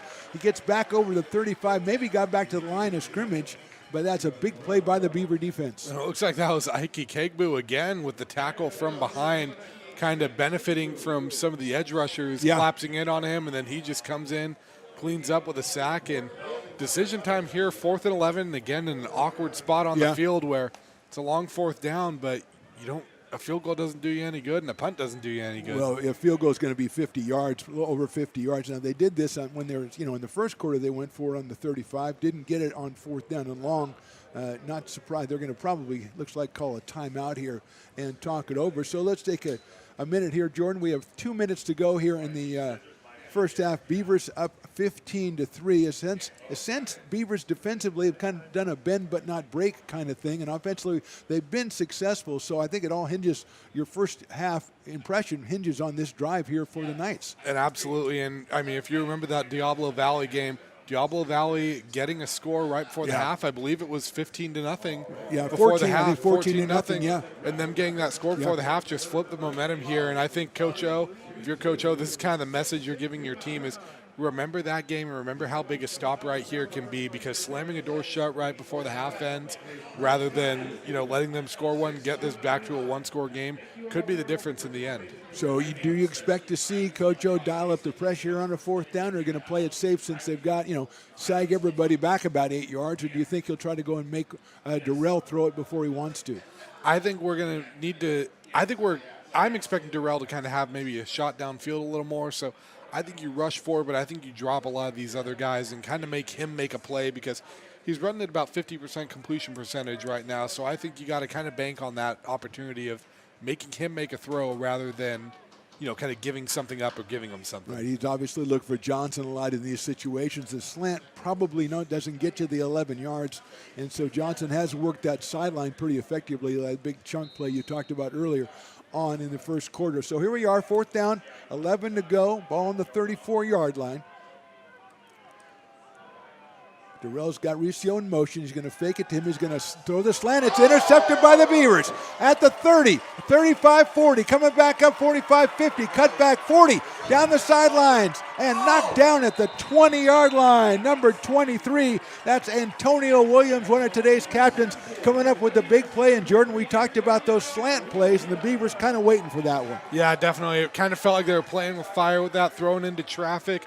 I know a lot of coaches tell your DBs, hey, swat the ball on 4th down. Yeah. You don't want to end up behind. I think they can forgive Williams for picking that one off. Right there. That one he had the perfect angle, brought it back about 50 yards down to the 21-yard line. And we talked about the end of the half, the impressions at the end of the half, and that's not the way we thought that the Beavers would turn the field. But now they are on the edge, on the precipice here of another scoring opportunity after the big play by Antonio Williams. And we'll see how aggressive they play this too, because the Beavers get the second half kickoff. So this is the type of thing where this can really swing this game wide open for Let's AR's see what favor. they do as far as they got Brown behind Jet Harris. He's going to turn. He's going to hand it off to Elias. He tries to work his way through, pushes his lineman through, gets it up down to about the 16-yard line before the scrimmage or the scrum starts, and it'll be marked. Let's make it the 17-yard line, so a gain of 4.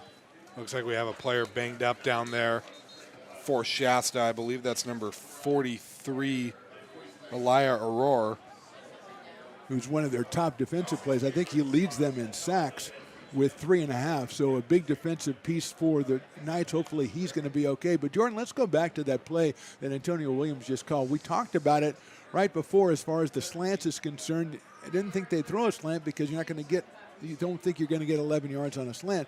That time he looked away but looked back. That was obviously his intended target the old time long, and Antonio Williams was just sitting out there waiting. Yeah, I think the Beavers kind of thought maybe something like that was coming. It looked like that was film study paying off because, like you said, he kind of looked it off, almost trying to bait them into not going for the slant, then hoping maybe that turns into something. And Williams just waiting, read that perfectly, and it turns into a huge swing play the other way around. Absolutely huge swing play, 4-yard gain by Brown as we wait for the injured player here. So the Beavers with a chance to put at least 3 on the board, but hopefully 7 on the board to try to open it up a little bit. The Knights are coming off a game that they beat Diablo Valley 2 weeks ago, 22-15. We mentioned Darrell over 340 yards in that game, as it looks like the Ruro is coming off the field under his own power, which is always a good sign. So I think that if we're taking an impression right now off this first half, the Beaver defense has held down a guy who came in really hot. Yeah, definitely, and I think part of this is a Beaver team that we saw kind of struggle with their identity, both offensively and defensively in these couple weeks, and it feels like they're figuring themselves out right now. And like we said, the biggest thing was how do you get the 45% passer out of Darrell, not the 85% passer. And I think we've seen that there's both of them are there on him. He's obviously a talented thrower of the ball, and the Beavers are kind of shutting down a lot of his lanes, and I think that's a key thing to holding him down. But right now it's Beavers offense, 2nd and 6. Ball in the 17, 1:25 to go, first half. Beavers tight right. They're going to hand it off to Brown again. He's going to cut it back across the middle. He gets across the 15, working his way down close to a first down as he keeps moving. He might have got down to the 10-yard line, and that will give the Beavers a first down. I think he did, and this is just another one. We see this guy, Brown, just keep these legs moving all the time, and like I say, get off the tracks when the E-train is running through. E-train is running through. Well said, my friend. 1:16 to go as they stop the clock to set the sticks again. I think it's 1st and goal in the 10. And we're going to get a timeout from the Shasta College Knights. We'll take a timeout as well here. 1:10 to go in the first half. Knights trail the Beavers 15-3.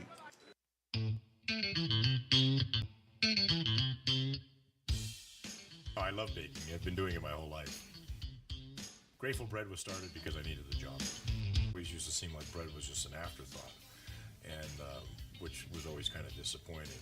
But now, as not only people, foodies and people eating, they're expecting better quality, and people notice it, they can see it. Lincoln Potters Baseball. Placer County's best-kept secret is back for another exciting summer at historic McBean Stadiums. Loaded with fun for the whole family, local beer, wine, and eats. Fireworks, giveaways, theme nights, kids zone, and more. Come join in the fun and enjoy small-town baseball with Major League Entertainment. Tickets on sale now at LincolnPotters.com. Lincoln Potters Baseball. Come on out and join in the fun. 1:10 to go, first half. Knights take the timeout, and Jordan, they take a timeout here. Beavers first and goal in the 10. What do you think they're talking about? I think they're trying to figure out a way to try to stop this Beaver team because a touchdown is not an option here. Field goal at least keeps us a 2-score game going into half. Beavers with Brown behind Jet Harris. Harris turns around, he hands it to Brown, trying to get outside. Clogged up, he jumps over one tackler, but it's going to end up losing a yard. A tremendous play as the number 3, Rashawn Boone, came up here to make the tackle, and Brown jumped over him, but still a good play defensively for the Knights as the Beavers are going to have second down on the 11-yard line. That was a good job by Shasta kind of closing that out because it looked like Brown actually, when he bounced it out at first, it looked like the wrong read. That looked like the right read, and that Shasta defense just closed it, took away that upfield option for him. Well, you figure if you're defending against the Beavers close to the goal line, Elias Brown's going to be job one, and then you're going to think maybe about an Anderson or a Baker or one of the tight ends, but Elias is going to be the first thing you think about. Beavers stretch 3 out to the left. Now here comes motion for Amari Baker to come over to the right side. Brown to the left of Harris. Harris back to pass, looking for the, he's got a guy wide open at the 11, 10, cut back at the 5, hit at the goal line, and he is in the goal. Touchdown, Beavers. And that was Luis Torres, so Jet Harris linking up with his Dixon High School teammate there for a touchdown. You got to think that might be something that Coach O has seen them do in the prep level a few times and decide, hey, let's see if that works out here in college. Luis Torres is the guy, and he was wide open. They were looking for Anderson coming over on the slant, and the Beavers again line up in the different alignment for the extra point with Cuenga, the holder, and quarterback. Excuse me, not Cuenga, but Vasquez. And he's going to say, okay, let's bring it back, guys. We don't have it. They did it the first time, got the 2-point conversion on a pass, and now they're going to go the conventional route with Cam Smith, number 41. We had some movement. The kick is up. The kick is good. And no flags on the play, so the Beavers score with a really, again, Jordan, we talked about this on the last touchdown pass, well-designed play. They cleared out the side, and Torres was all by himself and made a great cutback in the 5. And, I mean, it says something about here how your offense is executing when it almost looks like they're still running the script to start the game late in the second quarter. Yeah. It's just everything feels like it's working for them. They had the 1 3-and-out drive, but just seems like they're executing and firing on all cylinders right now. And now you're putting Shasta in a weird spot because 22-3, 54 seconds left. They have 1 timeout left. The Knights really have no choice but to be aggressive here, especially if you're kicking the ball away to start the second half. You need to find a way to get this ball in the end zone before halftime whistle goes. Yeah, and give credit, some of the credit for that last 7 points to the defense, because the defense turned into offense with the big play by Antonio Williams and the 50-yard return to get it down to the 20-yard line. The Beavers eventually punch it over on a pass from Jet Harris to Luis Torres, 11 yards. That is the second touchdown pass for Jet Harris. And this one he had 2 in his last outing. The big win over Modesto back on the 5th. That was a 31-20 score for the Beavers. We also talked in that one, Jordan, how they gave up 500 yards of offense to Modesto. Not so much here today against a really varied and talented offensive unit in the Shasta College Knights. So here's Cam Smith kicking off. He's got Silas back there. That one's going to be right at the goal line. We'll call it the 1-yard line. Bringing it back left side, and a tremendous job by the Beavers throwing down. DeAndre Irving was the freshman trying to bring that one back, and he is pulled down right about the 17-yard line. And how about Edgar Montez there? He had that roughing the punter penalty there, but making amends for it with a big play on special teams there, and giving them an 85-yard field with 48 seconds and 1 timeout. That's about as good of a result as you could have hoped for the Beavers on that kick. Right, and if you're an amateur defensive coordinator, you're going, well, let's don't give them that big chunk play. Let's watch our sidelines and try to make Darrell throw those short passes where we can drop the receiver right after the completion is made. 1st and 10, ball in the 17. They're going to turn around and hand that ball to Jason Abbey, and he's going to be swarmed under and taken down at about the 13-yard line. And again, Diallo, Washington on that play. Third or fourth time we've called his name today. Let's see, the timeout is called. That might be the Beavers calling a timeout. They have two. And, numbers-wise, it may not work out that they can make the Knights punt with time on the clock, but they're going to try to take it anyway, and they want to kind of live off that play. There's obviously, the Knights, Jordan, looking to just run it out. Yeah, I think so. And I think if you're the Beavers, the way your defense has been playing, maybe try to just maximize the number of plays the Knights have to run, see if you can force a mistake.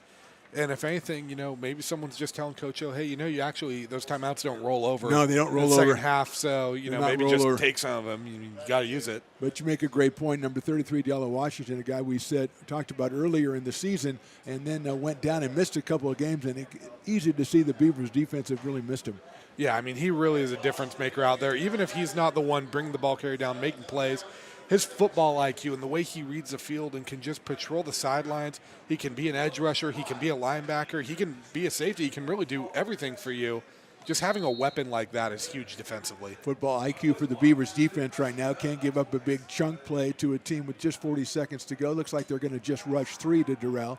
Here comes the fourth guy coming up the middle, misses him. Durrell gets through. He's got a little bit of room up the middle of the field. He's tripped up at the 34-yard line. A good run by Levi Durrell. As we talked about, came in with over 100 yards rushing on the season. He's given his team a first down at the 34 with 30 seconds to go. And I know you said we don't want to give up those chunk plays. That was a little bit of one right there, but I also think the Beavers are kind of playing this zone defense of saying, hey, let's not let you get all the way down there, but we'll give you whatever you want underneath or let you kind of take those scrambles. Yeah, they sent 3, but they brought a fourth guy later, and he had a shot at Durrell, who's 10 seconds to go. He's going to look to the left side. He's going to send one down, and it's going to be picked off by the Beavers. That is number 20. That is Brevin Amiga. And he turned around in the right place, Jordan. He turned around and said, look what's coming to me. Yeah, it looked like he read that one perfectly, and that was kind of a desperation throw right there. And perfect read by the Beavers and a stamp on about as good of a first half as you could have played if you're AR. Yeah, it's really, like you say, it's a kind of a desperation heave. And so really, as far as the interception concerned, not really that big of a deal. But for the Beavers defense, it's another thing. Hey, we picked the guy off twice. We stopped him, we held him to 3 points. So it's just another feather in the cap. Yeah, and it's more momentum going into this half that you already have. And now you have a chance to really blow this game wide open coming out to start this third quarter. Harris is going to take a knee, and that is the end of the first half from American River College Stadium. The Beavers, a very impressive first 30 minutes. They go into halftime.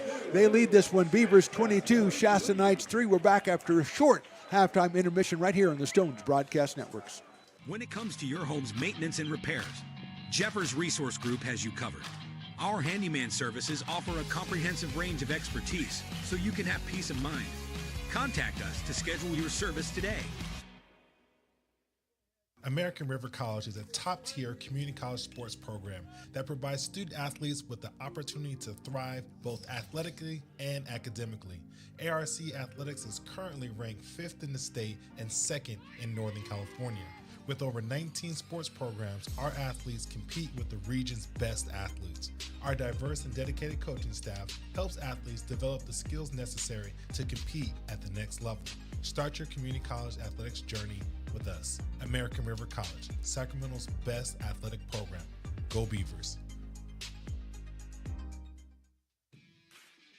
Hi, I'm Monica from Ace Body Shop and Towing. We are a family-oriented business. We've been in business for over 30 years. We are located downtown Lincoln at 333 Lincoln Boulevard in Lincoln, California.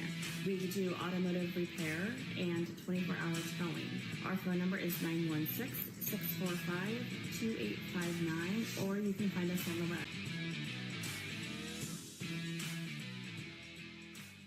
When it comes to your home's maintenance and repairs, Jeffers Resource Group has you covered. Our handyman services offer a comprehensive range of expertise, from minor carpentry to drywall, electrical and flooring for property managers, landlords, and renters alike. We ensure that every job is completed to the highest standards, so you can have peace of mind. Contact us today to discover how Jeffers Resource Group can help keep your home in top shape.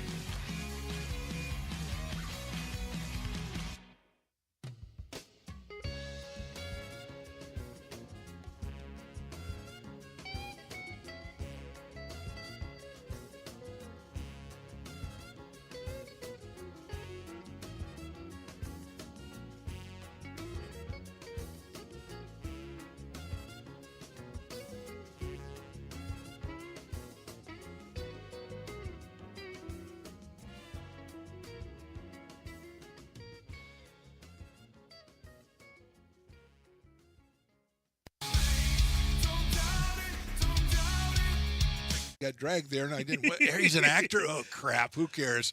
You got the rest of your life to be, serious. But Just tweet it out and then don't And really then run respond. away. Yeah. No, I think it happens to some of us. Maybe it sounds a little personal to you, but I'm not. I didn't want me. yeah, to I don't sound know. that It just way. maybe sounds like that. 'Cause I know Generally, Fine. again, you're a very bright guy. You Yeah. see right into Right my through soul, you. my friend. That's why I have so many jobs, because people think I'm funny when they're driving home.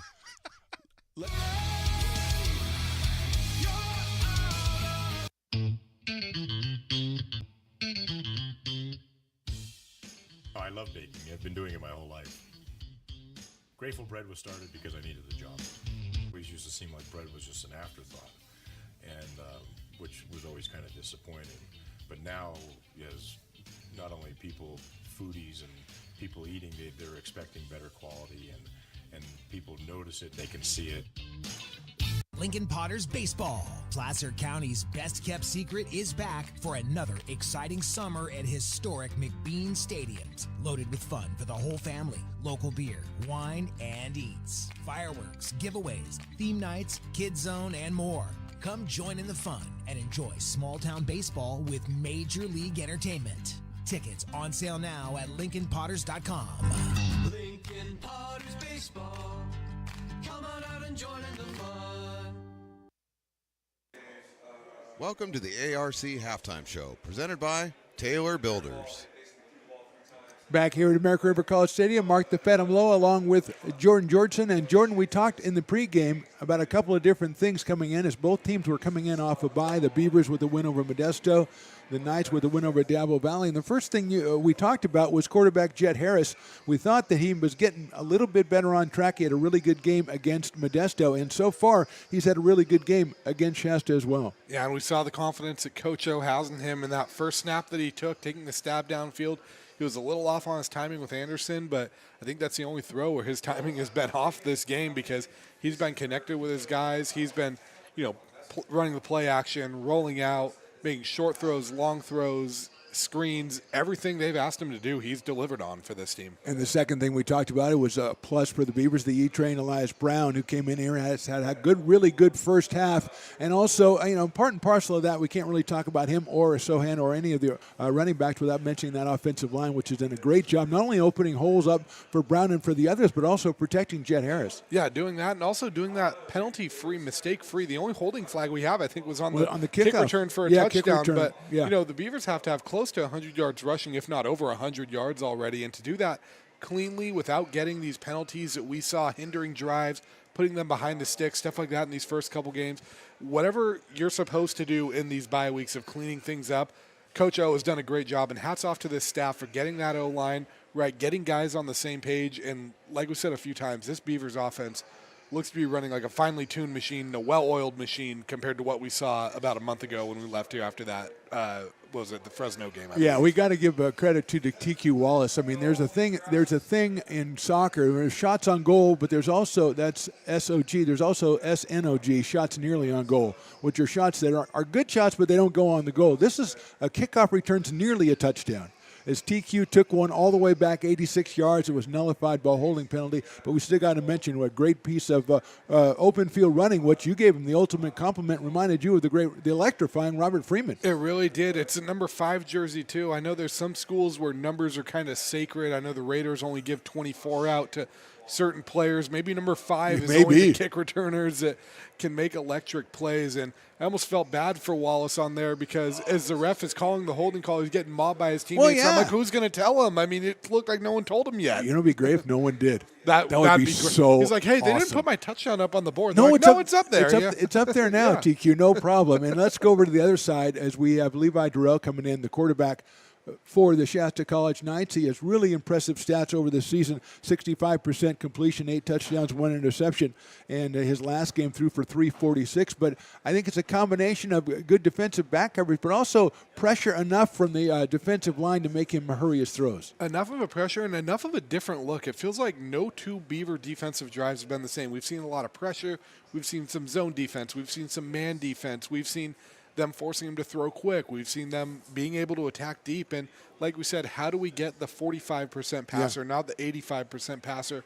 And through that first half, I mean, some rough hand stats from up here, but 7 of 19, 70 yards, 2 interceptions. So whatever the Beavers are doing, it's keeping Darrell guessing. And, you know, he'll make his plays when you have a guy like that, and he's attacked him with his legs. Yeah. He's made some big throws, but the Beavers are doing a good job limiting the damage and, again, just kind of keeping him guessing. And it's hard to get in a rhythm when you don't really know what the defense is going to throw at you every single play. Yeah, and twice in this first half, the Knights have had the ball on the 35-yard line, 35-yard line of the Beavers, fourth down, and 10 or more to go, and they have, you know, as we said, it's that no man's land. The first time they had an incomplete pass, and it really wasn't a problem. The second time, the Beavers turned that one into maybe the biggest play of the first half with Antonio Williams with the interception. So that kind of bit him right there, and that's a coaching thing where you go, well, the one thing we can't have is the interception, and that's exactly what happened. Yeah, and it felt like they were kind of flirting with disaster there for a little bit, or if you're a Beaver fan, kind of flirting with, you know, something like, something good, the opposite of disaster, non-disaster, but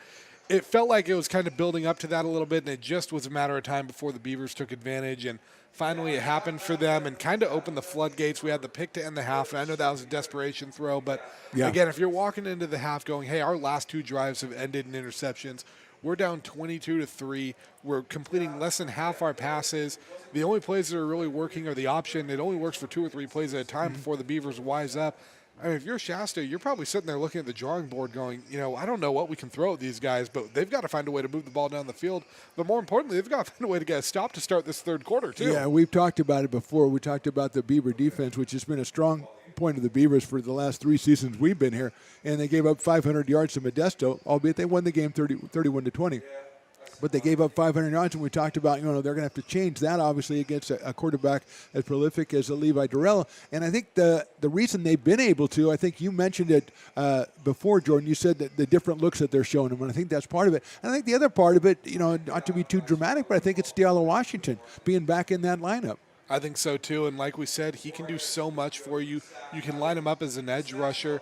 You can put him as a linebacker. You can drop him into coverage. I mean, he really is a jack of all trades out there. And at his size, he's kind of this unique blend of strength and speed where he can do it all. And having a guy like him out there commanding that defense, it's got to just be a breath of fresh air for this defensive staff, knowing that whatever you put him in, he's in position to make a play, and he's made a few plays in that first half. Well, going into halftime, the Beavers with a 22-3 lead. Now, the last couple of times we've seen the Beavers, we had Diablo Valley. They had the lead in that game and then ended up losing 28-21. Then Fresno, they weren't able to generate much offense, and they gave up 14 points in that game to fall. But it looks like last 2 weeks ago against Modesto, they put up 31, 22 in the first half here, everything kind of clicking. So I would say overall the Beavers right where they want to be going into the locker room. Definitely, and I think the one thing you're preaching in the locker room right now, if you're Coach O, is, hey, you know, we've had a few games where we didn't necessarily have the momentum going into half, or someone made a big play coming out of the half to steal that momentum. And I think if you're AR right now, you don't want to call a game in the third quarter. But if you're Coach O, I think you're preaching to this team saying, go put the nail in the coffin right now, coming out right here. You have the momentum. You're up by 19 going into this. Make this a 4-score game and make them really have to earn anything they're going to get. That's George Georgeson. I'm Mark the Phantom Lowe. Stones McCoy's on the sidelines. We're back in about 10 minutes after a short halftime break for the second half of this one. Beavers on top, 22-3. When it comes to your home's maintenance and repairs, Jeffers Resource Group has you covered. Our handyman services offer a comprehensive range of expertise so you can have peace of mind. Contact us to schedule your service today. American River College is a top-tier community college sports program that provides student athletes with the opportunity to thrive both athletically and academically. ARC Athletics is currently ranked 5th in the state and 2nd in Northern California. With over 19 sports programs, our athletes compete with the region's best athletes. Our diverse and dedicated coaching staff helps athletes develop the skills necessary to compete at the next level. Start your community college athletics journey with us. American River College, Sacramento's best athletic program. Go Beavers. Hi, I'm Monica from Ace Body Shop and Towing. We are a family-oriented business. We've been in business for over 30 years. We are located downtown Lincoln at 333 Lincoln Boulevard in Lincoln, California. We do automotive repair and 24-hour towing. Our phone number is 916-645-2859, or you can find us on the web.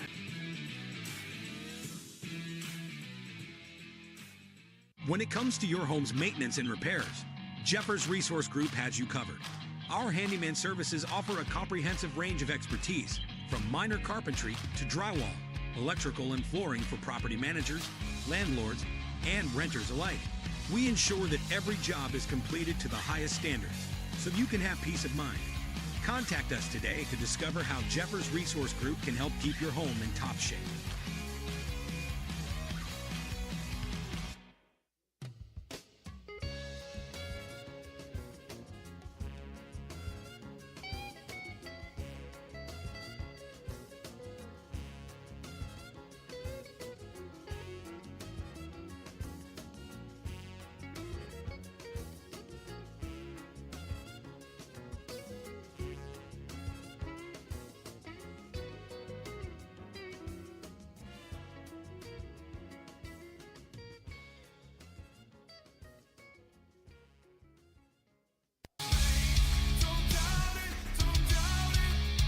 Got dragged there, and I didn't. He's an actor. Oh crap! Who cares?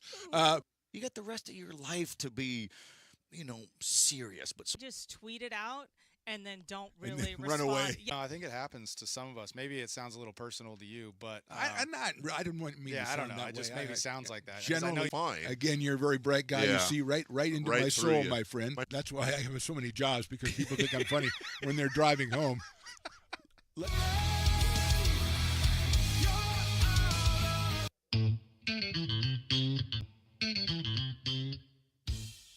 Oh, I love baking. I've been doing it my whole life. Grateful Bread was started because I needed the job. It always used to seem like bread was just an afterthought, and which was always kind of disappointing. But now, as not only people, foodies, and people eating, they're expecting better quality, and people notice it, they can see it. Lincoln Potters Baseball. Placer County's best-kept secret is back for another exciting summer at historic McBean Stadiums. Loaded with fun for the whole family, local beer, wine, and eats. Fireworks, giveaways, theme nights, kids zone, and more. Come join in the fun and enjoy small-town baseball with Major League Entertainment. Tickets on sale now at LincolnPotters.com. Lincoln Potters Baseball. Come on out and join in the fun. Here at Super Taco, we specialize in authentic Mexican food. One of the reasons we are different from other places is that we make everything from scratch. You get a great value when you come here, large portions and quality food. Our most popular dishes are many different kind of tacos. We have giant burritos, different kinds of enchiladas, and the fajita. If you're ready for real Mexican food, stop in at a Super Taco. We love to see you.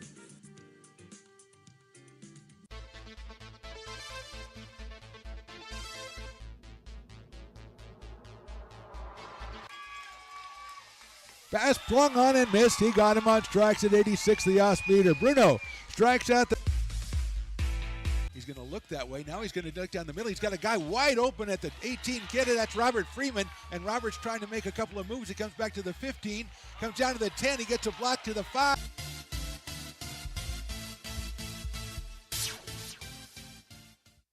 When it comes to your home's maintenance and repairs, Jeffers Resource Group has you covered. Our handyman services offer a comprehensive range of expertise, so you can have peace of mind. Contact us to schedule your service today. American River College is a top-tier community college sports program that provides student athletes with the opportunity to thrive both athletically and academically. ARC Athletics is currently ranked 5th in the state and 2nd in Northern California. With over 19 sports programs, our athletes compete with the region's best athletes. Our diverse and dedicated coaching staff helps athletes develop the skills necessary to compete at the next level. Start your community college athletics journey with us. American River College, Sacramento's best athletic program. Go Beavers. Hi, I'm Monica from Ace Body Shop and Towing. We are a family-oriented business. We've been in business for over 30 years. We are located downtown Lincoln at 333 Lincoln Boulevard in Lincoln, California. We do automotive repair and 24-hour towing. Our phone number is 916-645-2859, or you can find us on the web. When it comes to your home's maintenance and repairs, Jeffers Resource Group has you covered. Our handyman services offer a comprehensive range of expertise, from minor carpentry to drywall, electrical and flooring for property managers, landlords, and renters alike. We ensure that every job is completed to the highest standards, so you can have peace of mind. Contact us today to discover how Jeffers Resource Group can help keep your home in top shape.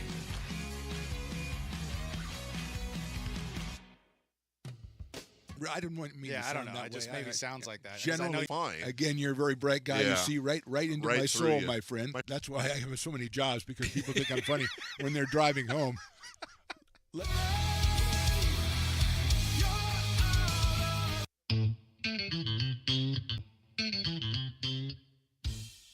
I love baking. I've been doing it my whole life.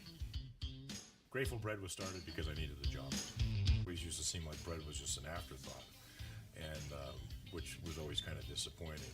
But now, as not only people, foodies, and people eating, they're expecting better quality, and people notice it, they can see it.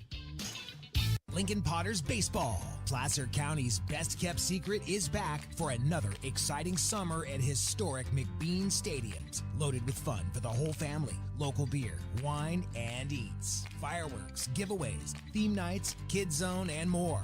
Come join in the fun and enjoy small-town baseball with Major League Entertainment. Tickets on sale now at LincolnPotters.com. Lincoln Potters Baseball. Come on out and join in the fun. Here at Super Taco, we specialize in authentic Mexican food. One of the reasons we are different from other places is that we make everything from scratch. You get a great value when you come here, large portions and quality food. Our most popular dishes are many different kind of tacos. We have giant burritos, different kinds of enchiladas, and the fajita. If you're ready for real Mexican food, stop in at a Super Taco. We love to see you.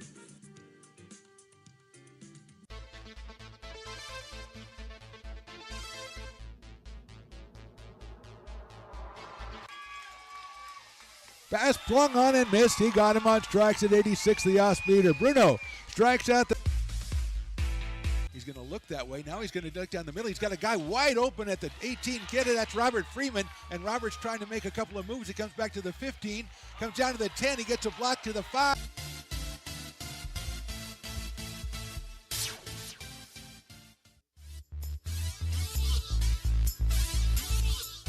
Welcome back, American River College Stadium. Just about to start the third quarter here. Beavers up 22-3. Stones McCoy, our sideline reporter, has been talking to everybody down there, getting all the latest info. Stones, what do you got for us? Yeah, I was talking with Coach Hamilton for the Shasta Knights, and just wanted to get his impressions of the first half. Definitely, first thing he said was you got to get the ARC off the field, especially on third downs. They were unable to do that. He was going to make sure that they pressed that issue at halftime. Also, play the run a little bit tighter. They're letting a lot of running yards get out there, and he was very unhappy with that.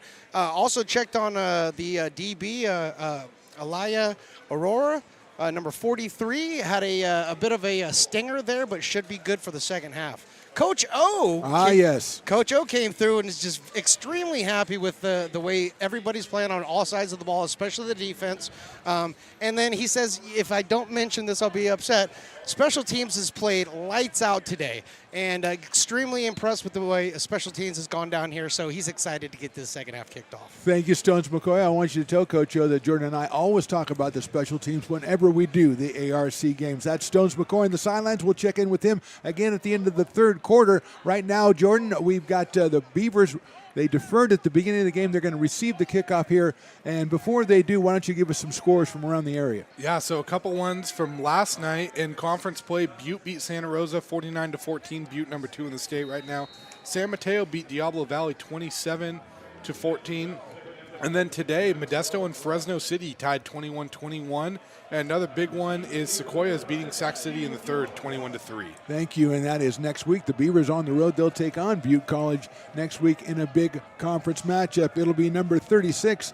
That is Travis Ross kicking it off for the Knights, and he's got the short kick, and Anderson will pick it off at the 18, and Jaden cuts it back to the 25 at the 28, and nicely done. The special teams right there, I think that's number 35 for the Knights, and he made an excellent tackle, and the Beavers will start first down. It looks like it'll be put at the 28-yard line. And that was Giancarlo De Soleni on that one, so fun name to say. I say Giancarlo Buenos Aires. Actually, that doesn't mean anything, but it was a good one. I think I ordered that the other day at an Italian place, this Olive Garden, I believe. It was something Isimo. That's all I know it was. Anyway, he made a great tackle, and Anderson went down to the 28. First down and 10 yards to go from the 28. Elias Brown is behind Jet Harris, the quarterback, with 2 touchdown passes in the first half. He turns, he hands it to Elias Brown. Got an opening at the 30. He'll come and roll it all the way. And like Jordan says, when he's tackled, he rolls forward. He got all the way out to the 34-yard line.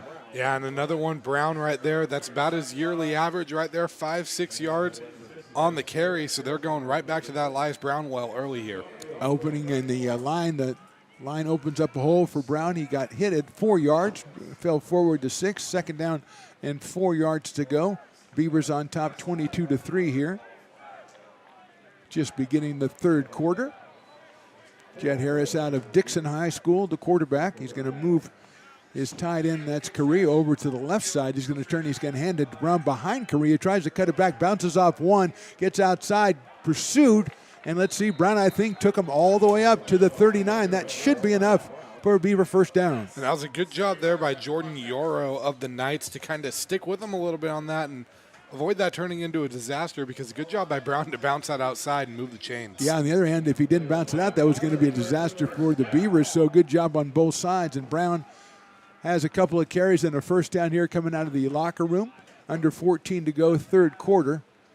Beavers will send Anderson and Amari Baker out to the right side, and Brown behind Jet Harris, the quarterback. Knights 2-2 on the year, Beavers 2-3 on the season. Both teams coming off a win. Turn around, hand it off to Brown. He's got a room from the middle. He cuts it back at the 45, at the 50. Down the sidelines, 45, 40, 30, 25. He goes shoulder to shoulder with Boone at the 25-yard line. Another big gain for the Beavers. That is Elias Brown. Now, it's actually TQ Wallace there on that one. Showing the speed. I mean, again, you know, little Robert Freeman-esque, and he gets a big play there. Doesn't get the flag to negate it. Yes, he does. He's got to be feeling good about that run there. Feeling very good about that run there. That's just a 37-yard run. Make it 38 for TQ Wallace. And a big running play there. And again, give credit to the offensive line of the Beavers, opening up the big hole. And Wallace taking advantage with the big cutback. And he is back there again alongside Jet Harris. Beavers send 2 out to the wide side to the left, just 1 here on the right. And back to pass is Harris. Looks it over. He's got a little pressure. He's got a lot of time. He's got a man wide open in the middle of the end zone. The throw's a little late. It's picked off by the Knights, and they're going to take the knee in the end zone. He saw the receiver a little bit too late, put it up in the air, and a nice interception coming in by the Knights. It looks like he was looking for Correa there, and Samuel Carden just read that well. Got that pick through the contact, and if you're the Knights, that's exactly kind of the relief that you needed, finding a way to get the Beavers off the field. But now you got to capitalize on this. Got to find a way to move this ball down the field. Yeah, here. Just a half second late on the pickup from Jet Harris to Correa, and he gunned the ball down the middle. Well done by Carden for the interception. 6'4", the sophomore out of Rexburg, Idaho, and sets up a first down at the 20-yard line for the Knights. And as Jordan said, that's exactly what Shasta was ordering up at halftime. A quick turnover here, and they're going to turn around and hand it right up the middle. That is Abbey. He's got a little bit of an opening. He cuts it back. He's upended about the 26-yard line. The Beaver defender looks to be still down on the ground there, as it's a 6-yard gain for Jason Abbey. And that looked like it's Brevin Amiga that's on the ground there, and kind of an awkward tackle there for him. And his head was down. Just Abbey's got through the opening in the line, cut it back to the right side. Amiga came in with a good angle and upended him. and he is still down. We're going to take a step away here as 12:25 to go, third quarter. Beavers with the lead, 22-3.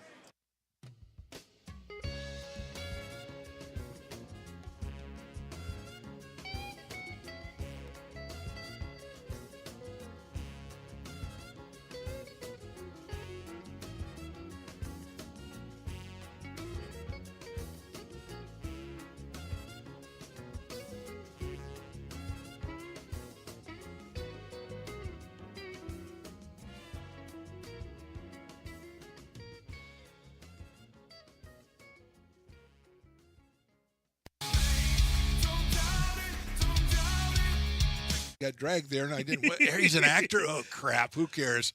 You got the rest of your life to be, serious, but Just tweet it out and then don't And really then run respond. away. Yeah. No, I think it happens to some of us. Maybe it sounds a little personal to you, but I'm not. I didn't want me. yeah, to I sound don't know. that It just way. maybe sounds like that. 'cause I Generally, know fine. Again, you're a very bright guy. You Yeah. see right into Right my through soul, you. my friend. That's why I have so many jobs, because people think I'm funny when they're driving home.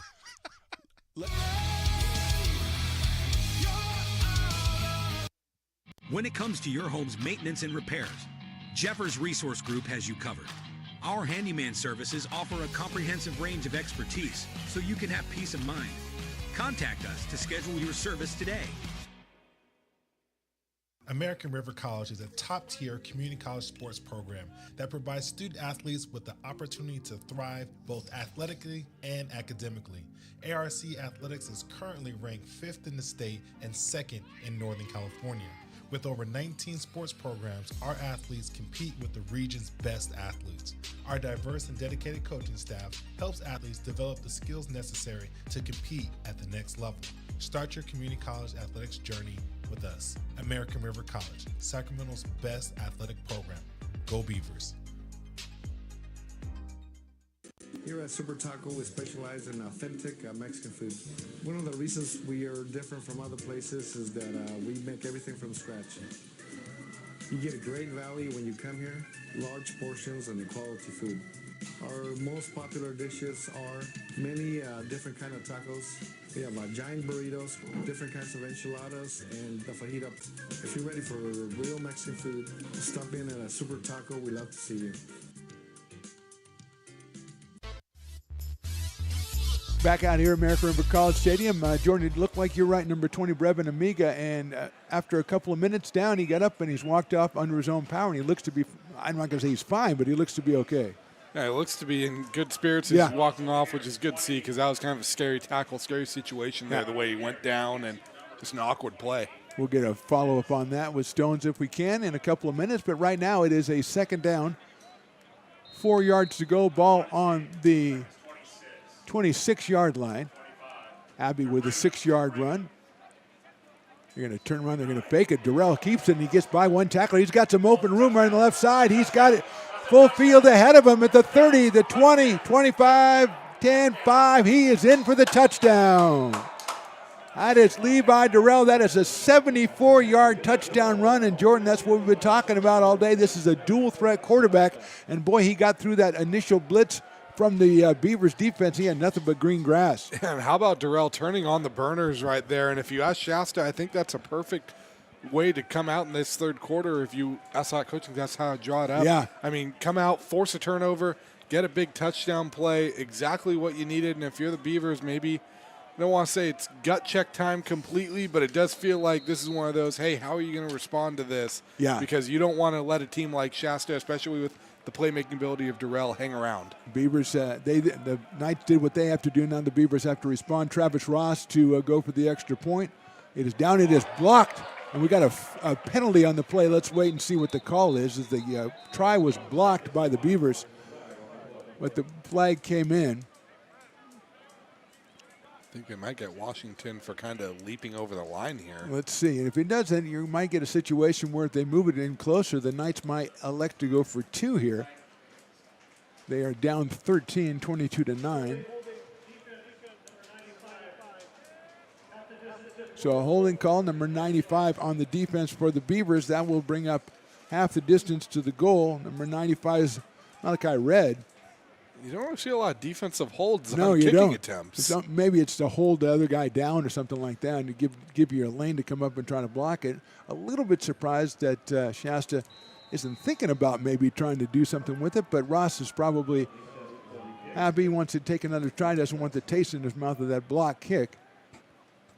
So the kick will be 18 yards on the extra point attempt. He goes up. That one is blocked as well, and it is through. So deflected and gets through, barely inches its way over the crossbar, and the point on the board for the Knights. And so, Jordan, the first 3 minutes of the second half definitely belonging to Shasta College. Definitely. That was Washington blocking both of those attempts, but the second one goes in. But, yeah, if you're Shasta, this is about as perfect as you could draw in these 3 minutes. Like we said, now you cut this score back to 2 points. You just forced a turnover. I mean, I know you let kind of a big play happen on that previous drive, but you have a little bit of confidence moving in, and you're kind of sitting there like, hey, we can hang with these guys. Yeah, you had that big play from TQ, but you came out, and again, Jed Harris picked up that receiver alone in the end zone just a half second too late. By the time he got the ball, it was a good recovery by Carden and the interception, and that led to a couple of plays, and then Levi Durrell just turning on the Jets for a 74-yarder. Who showed a lot of speed for a quarterback, especially for a guy, in his case, 6'3", 210 pounds. Absolutely. He really turned on those Jets right there, and just that showcasing that speed in the open field. And when we talk about his passing threat, but his legs are just as dangerous. Yeah, that's his 6th touchdown on the ground. And after this kickoff, we'll go down to Stones McCoy. Right now it's Travis Ross going to kick it off to the Beavers. Another short one. Anderson again, this time on the 20. Jaden comes up the right side, cuts it through. He's at the 30, he's at the 40, at the 50. We're going to flag on the play, though, at about the 35-yard line. So that one, good run by Jaden Anderson, but I think that one's going to come back. Let's see. While we wait for that, let's go down to Stones McCoy on the sideline. Stones, what do you got for us? Yeah, we got sophomore defensive back Brevin Amiga. He took a stinger in that last defensive play, so he's currently out, but he's being attended to currently. Thank you, Stones McCoy. Brevin, good to know, and probably good news, Jordan, after we saw him go down there. It looked could be serious, but Amiga was back up, walking off under his own power, and as Stones reports, he is under observation. Hopefully he'll be able to get back in today. The Beavers penalty going to be stepped on back to the 27-yard line. So, Jordan, it seemed like a day of good kick returns and bad stuff happening. Yeah, and that's one thing you're going to have to address for the Beavers. Special teams have been huge in this, but 2 huge plays negated by some holds. Jed Harris, the quarterback, as the Beavers with a realignment up there, going to move everybody to the left side. Turns around, he hands it off. The running back coming through at the 30, at the 35, all the way out to the 38-yard line. That's a 10-yard run. That's Elias Brown back in the lineup for the Beavers. And Brown's first 3 carries of this half, 5 yards, 6 yards, 10 yards. We had the 37-yard run, I believe it was, from Wallace. So this running game is working right now for the Beavers. Yeah, we talked about, sorry, Jordan, we've talked about the offensive line the entire time, and they continue to deliver. And that one is a first down, the ball marked at the 38-yard line. Mari Baker, who hasn't been targeted much here today. Anderson has a couple. Actually, Jed Harris, not that many pass attempts in this one, as the run game has been working, as you said, Jordan. First down. Another handoff straight up the middle. Another small hole. That time Brown's going to be knocked down to gain of 2. It'll bring up a 2nd and 8. And that's another one, though, with Brown, like we talked about, that ability to fall forward. It felt like that was a play where he was getting hit, the line maybe even a little behind it, so turn that into a positive. But like you said, Phantom, Amari Baker, a name that I don't even know if he's had a target today, and feels like a name we've got to see get involved, especially if the Beavers want to keep this offense going. Well, as you said, the complexion of the game changed with the interception in the end zone to start the second half, and then the run by Durrell, because instead of being 22-3 on the verge of maybe 29-3, all of a sudden it's 22-10. The Beavers with the ball, 2nd and 8 to go. Harris is back to pass. He's going to get it down the middle. That's well defended by Carden, and that ball is overthrown, and it'll bring up a 3rd down. And that was Macklin Martin that nearly had the interception there, the freshman DB out of Shasta High School in Redding, California. Now it feels like it's the Beavers that are kind of flirting with disaster a little bit. Maybe some careless throws there, and we'll see if they can kind of settle Harris down right here and not let the Knights hang around and get this back to a 1-score game. Yeah, it was number 6 Martin, not number 5 Carden, but as you said, usually you see a deep pass. You didn't see any separation right there with the receiver and with Martin. So 3rd and 8, ball on the 40-yard line. Baker comes out to the right side. Ekaterina's with him. Beavers also split one out to the left. Shasta showing a little bit of pressure. They're going to bring one. Throw across number 2. That's Baker. Tries to make the diving catch at midfield. And we're going to get a late flag on the play from the side judge. Let's see what the call is. At that time, the ball was thrown, Jordan, and Baker had to try to come out from behind the defensive back to make the catch. And that was kind of a strange thing because it looks like Jamsley Laguerre was, he had his back turned, but it didn't really look like there was a ton of.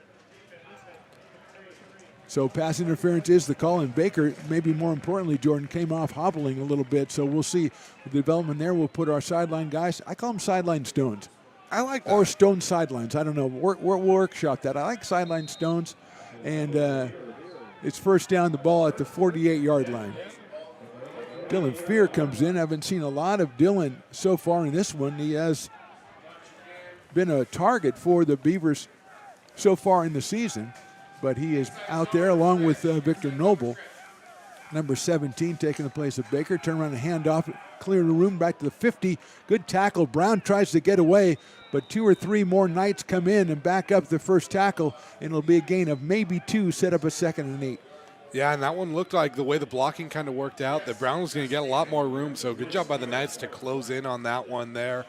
And we'll see. I mean, the Beavers kind of got it felt like a little bit of a gift with that penalty flag. We'll see if they squander that opportunity or if they can take advantage of it here. Luis Torres, who scored a touchdown in the first half, comes back in, the 5'9" freshman out of Dixon High School, the same as Jet Harris. He is out there, also number 17.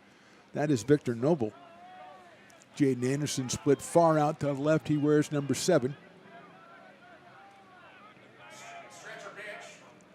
Turn around, that's fake handoff. He got a wide open Dylan Fear, gets it at the 45, tries to get it around the guy. He does the 40, gets all the way down inside the 35-yard line. The tight end out of Lincoln with his first catch. It's a big one for the Beavers, first down. And Dylan Fear at 6'4", 210 is almost built a little more like a receiver than a tight end.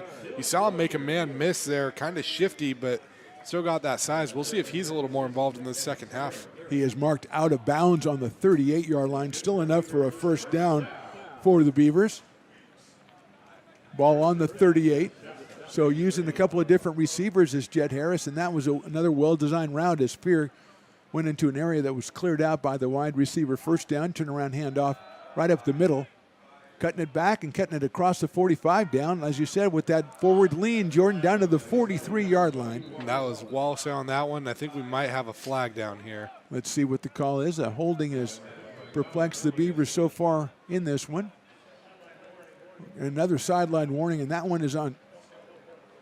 He signals to Shasta, but with sideline warnings, I never know what the It looks like it was a ref on the Shasta side that threw it. So. Okay, there you go. All right. So they got their warning. So both guys have had their warning. If you throw a flag, it's got to mean something. It can't be throwing a different color flag if it's a warning. That's what I'm saying. I like that. I feel like a purple flag. 2nd and 5. I love the idea of the purple flag. And straight up the middle, cut back by Wallace. It's through and gets through and is knocked forward by the defensive guy. And I think he might have got down to about the 26, which would be enough for another Beaver first down. Yeah, I think he'll take getting tackled like that. I mean, it pushed him forward, and it looks like we might have someone banged up here.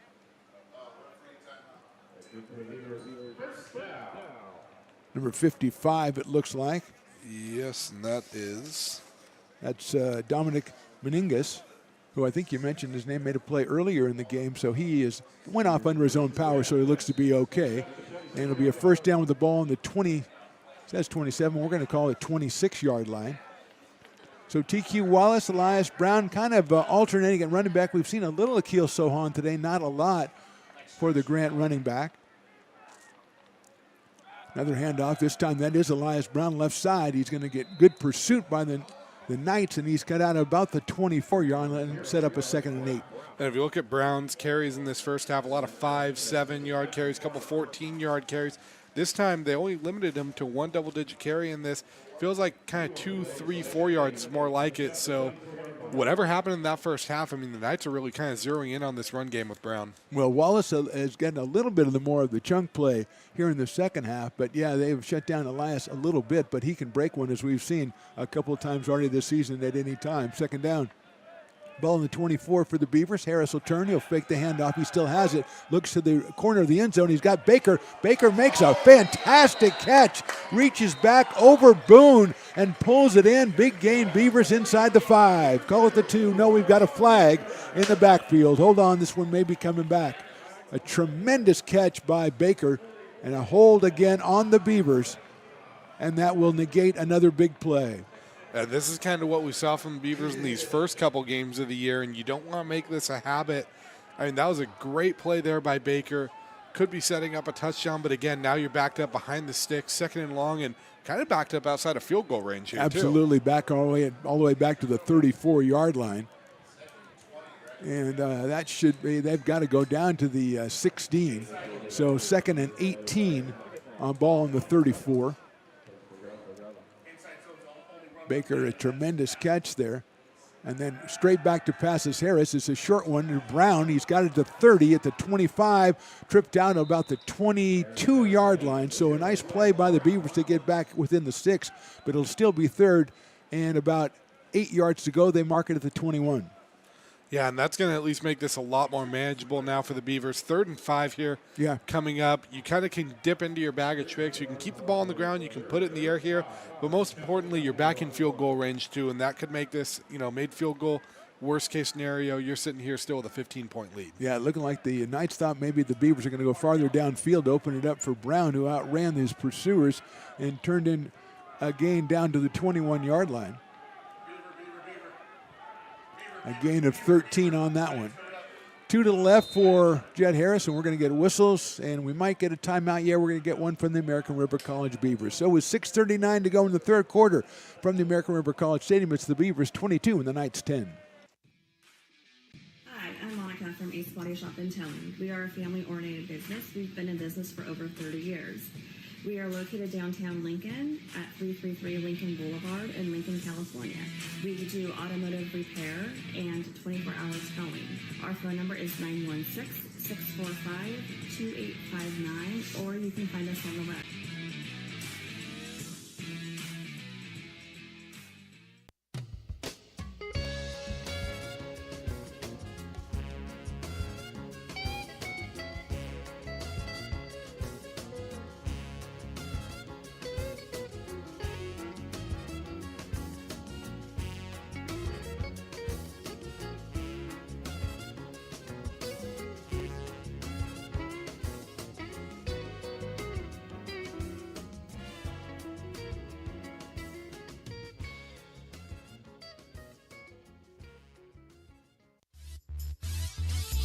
.6:39 to go, 3rd quarter. Big play for the Beavers here, 3rd and 5, ball on the 21.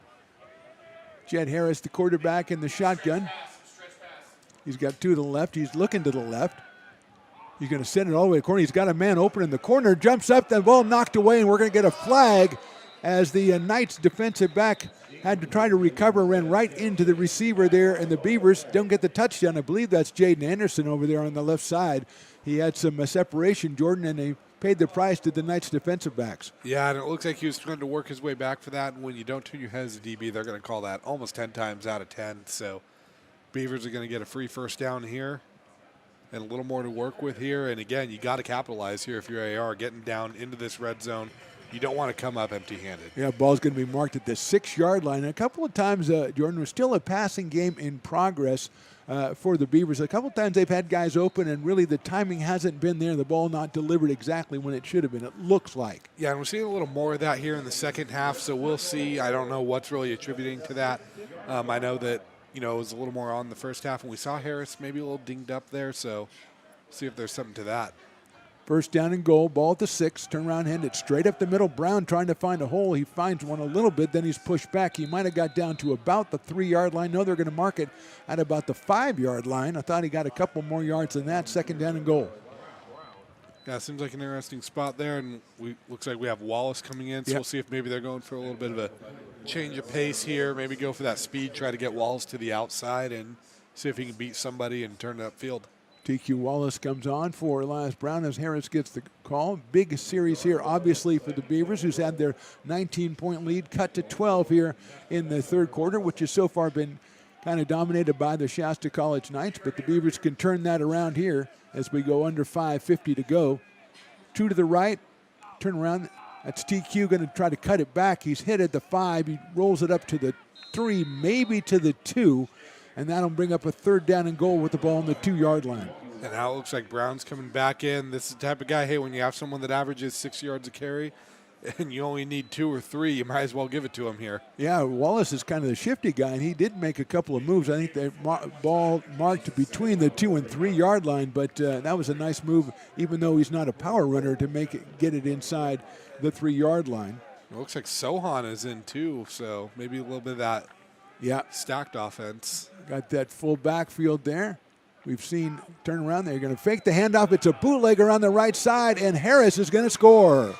That's a touchdown for the Beavers. Jet Harris with a little wizardry, little magicianship there, Jordan, and he comes in around the right hand, had that tight formation, and said, no, I don't want any of those guys. I'm going to take it myself. And you have 3 big backs there on the field. You have Brown, you have Sohan, you have Hakimi Anderson, the freshman out of Wood Creek. Instead, it's Harris that calls his own number and gets us back to a 3-score game. Just a good play, good call by the Beavers. 28-10 as we stand right now with Cam Smith to take the kick out of the hold of Julian Vasquez,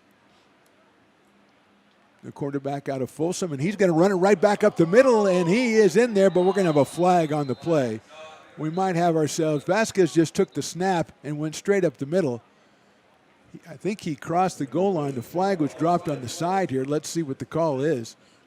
It looked like there were some people leading early, but couldn't really tell which side was leaning. They said, the person who threw the flag should get in on the talk, and so they're going to have a conversation right there. As Vasquez has done a little wizardry of his own from the quarterback position as the holder.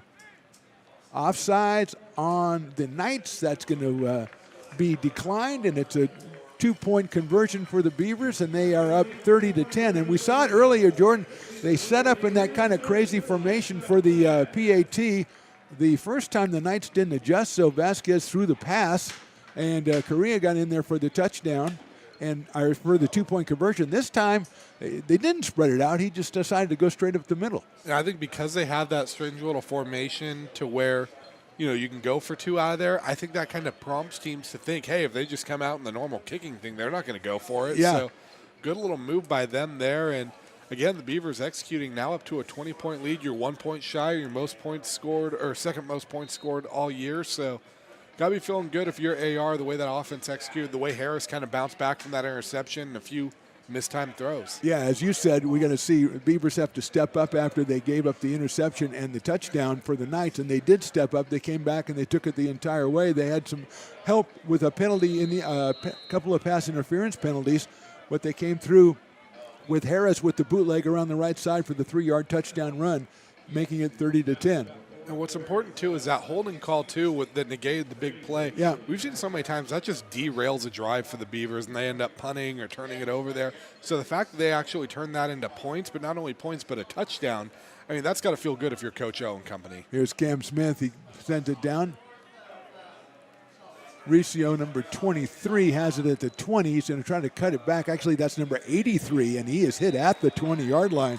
And that is as far as he's going to get. That was Anthony Massey. Anthony Massey, the freshman out of Shasta High in Reading. He got it back. He is back with Silas. He brought it up, maybe give him 3 yards on the return. Great job as we talk about the special teams for the Beavers. And with 4:53 to go, third quarter, obviously every point a turning point for a team that's down 20. Durrell came out last time, went 74 yards on his own for the touchdown. Beavers are going to be aware of that, and also aware of number 1, Jahari Johnson. We'll see how aggressive Shasta plays this, too, especially after getting the chunk plays. The Beavers are going to be wary of that. Riccio in motion. They're going to hand it to Diego. He's around the right side. He is being pursued. He is being dragged down, and for no gain, number 97, I think, in on that play. Yeah, that was John Correa there. Good pursuit by him, and a good play by the D lineman. You know how fast you have to be as a D lineman to chase down a slot receiver / running back right there. So good play by him. Making that play looks like just a 1-yard gain. I'm not going to give him any yards. I'm going to call it 2nd and 10 again. They'll give him a yard up on the scoreboard. I will not. It is 2nd down. Durrell with the running back behind him in the shotgun. He's going to get it. He's going to look out to the side. Well defended by the Beavers, and now Correa goes out. He forces him back to the middle where he's tackled at the 15-yard line. And that's one of those where Correa's not going to get credit for the sack. It'll go to Malachi Red, but that sack happened because of Correa. And then also the flat, the running back down there in the flat, I didn't see who dropped down in coverage, but he just took that option away, and that was basically a covered sack assisted by Correa and done by Red. A system sack, if you will, because they were everywhere that the Shasta Knights wanted to be, and that sets up a third down. And now with the ball on the 16, they have to go to the 29, make that 13 yards to go here. Let's see if they try to play down the sidelines. They've done the slant plays so far. Darrell's going to look over to the sideline, and he's got a guy open at the 30, cuts it back, and he's driving down to the 35. But Johnson pushed his defensive back farther down the field and came back and made the catch and got a pretty easy first down. And those double moves have been pretty successful right now for the Knights here. I mean, you saw Johnson get that, and even close on this side. Looked like the receiver here, Silas, beat his guy on a double move too, so those have been working for Shasta. 20-yard gain for the Knights, big play. Beavers are showing a little bit of pressure. You got to be a little disappointed if you're the Beavers getting them into a 3rd and 13 and then giving up that 15-yard shot down the sidelines, which turned into a 20-yard gain for Johnson. 3 minutes to go, third quarter. Darrell has time, goes short on the right side, defended very well by the Beavers at completion, but just a short gain up to about the 39. Now Slade Wilson in coverage right there, blanketing him. First time we've called his name. Sophomore DB out of Folsom High School, 5'11", 180. He's kind of one of those weird hybrid guys where we've seen him play a little bit. He's kind of a safety, played a little bit of linebacker in there too, so. Sheffer got the reception. There's another quick out to the right side. That's going to be Johnson. He'll get up over the 45 to the 47. That'll be another first down for the Shasta College Knights. We're starting to find a rhythm here right now for Darrell. We'll see what the Beavers can do to disrupt it like they've done in the first half. Ball on the 46-yard line. So call it a gain of 7. First down. Going down to 2 minutes to go here in the third quarter. Darrell turns. He's going to hand that one up the middle. Cut back, nice cut back. And then I think that's Abbey who's going to be tackled. He's going to get all the way down to the 45, give him a gain of 9. And the Knights kind of rolling up the offense here in the Beavers team that's up by 20. And they're not quite going with a full-blown hurry-up, but they're definitely keeping the Beavers on their heels. And if you can move the ball methodically, you're going to have them gas as you get down the field. So 2nd and 1, give him a 9-yard gain for Jason Abbey. Sophomore out of Laurel, Maryland. Darrell hands that one up again, and it's Abbey again, and he scoots through. He'll get the first down. He tripped up at about the 42-yard line of the American River College Beavers. Yeah, you can see the way these subs are coming in now. These Beavers are a little worn out right now, a little bit tired, so we'll see how much the Knights want to keep this hurry up going. Yeah, Nolan King out of Oak Ridge. Linebacker comes in on defense for the Beavers. And Darrell tries to get his troops together. He's got 2 to the short side, 2 to the wide side. Abbey behind him. He's got a first down here. He's going to go back to pass. He's under pressure, lets it go down the sideline, and it is overthrown. Good defensive play by the Beavers back there. I think that's number 10. That's Jared Quinga, one of the captains today with good defense, and Darrell has to overthrow it. And it looks like that was Correa and Marquay King Johnson that both kind of provide the pressure. It looks like they made Darrell throw that ball a little earlier than he wanted to. And then good job by Quinga, just almost be boxing him out there. Yeah. Not quite PI, but just stopping him from getting to that ball. Didn't have anywhere really for Darrell to throw the ball. And as you mentioned, the pressure didn't help for Levi. So he'll be back to pass. He's going to look. He's got Abbey coming out of the backfield. He sets a slant to Johnson. He is open. He's tackled immediately at the 35. It'll bring up a third down and about 3 yards to go. And a big hit by Tilford there. Good job by Johnson to hang on to that ball. And third down, and again, if you don't get this, you're in that awkward spot on the field right now if you're the Knights where you have some thinking to do. Well, 24 catches for Johnson, 485. So over 20 yards a catch and 5 touchdowns coming in. So obviously he and Darrell have a really good combination, really good chemistry working. They're going to hand that one off to Abbey, and he is handled back at the 35 and pushed back to the 36. So that's going to be a negative play for Shasta. And now we've got flags coming in. We got helmets coming off. Let's see what the call here is. Going to be a critical call here for the health of this drive for the Shasta College Knights, as the run itself by Abbey was not successful. I think this is going to result in a first down.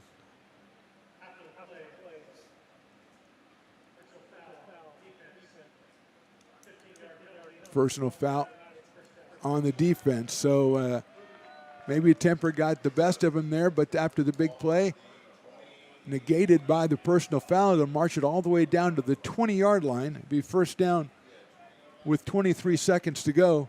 So another critical error by the Beavers penalty-wise, Jordan, and gives Durrell the ball first and 10 on the 20. He's got Recio behind him and two wide receivers out left, two to the right, the short side. And there's a bumbled snap. Durrell gets it back, but he's going to be dropped. He actually fought his way back to the 20-yard line as the Beavers' defensive linemen were smelling blood there and couldn't get their hands on Durrell. It'll be second and 10. And a good job by Durrell to turn that into at least something there. And like you said, Phantom, as the third quarter wraps up, kind of some of the things we saw in those first couple weeks from the Beavers, penalties giving teams a first down when you thought you had to stop, starting to kind of rear their ugly head again. I mean, you have the 20-point cushion, but if you're Coach O, I think it's important to kind of take this quarter right here and kind of nip that in the butt right here and get this defense to buckle down again. Absolutely. We said after 3 quarters here from American River College, our score, the Beavers 30 and the Knights 10. We're back after this short break on the Stones Broadcast Networks. When it comes to your home's maintenance and repairs, Jeffers Resource Group has you covered. Our handyman services offer a comprehensive range of expertise so you can have peace of mind. Contact us to schedule your service today. American River College is a top-tier community college sports program that provides student athletes with the opportunity to thrive both athletically and academically.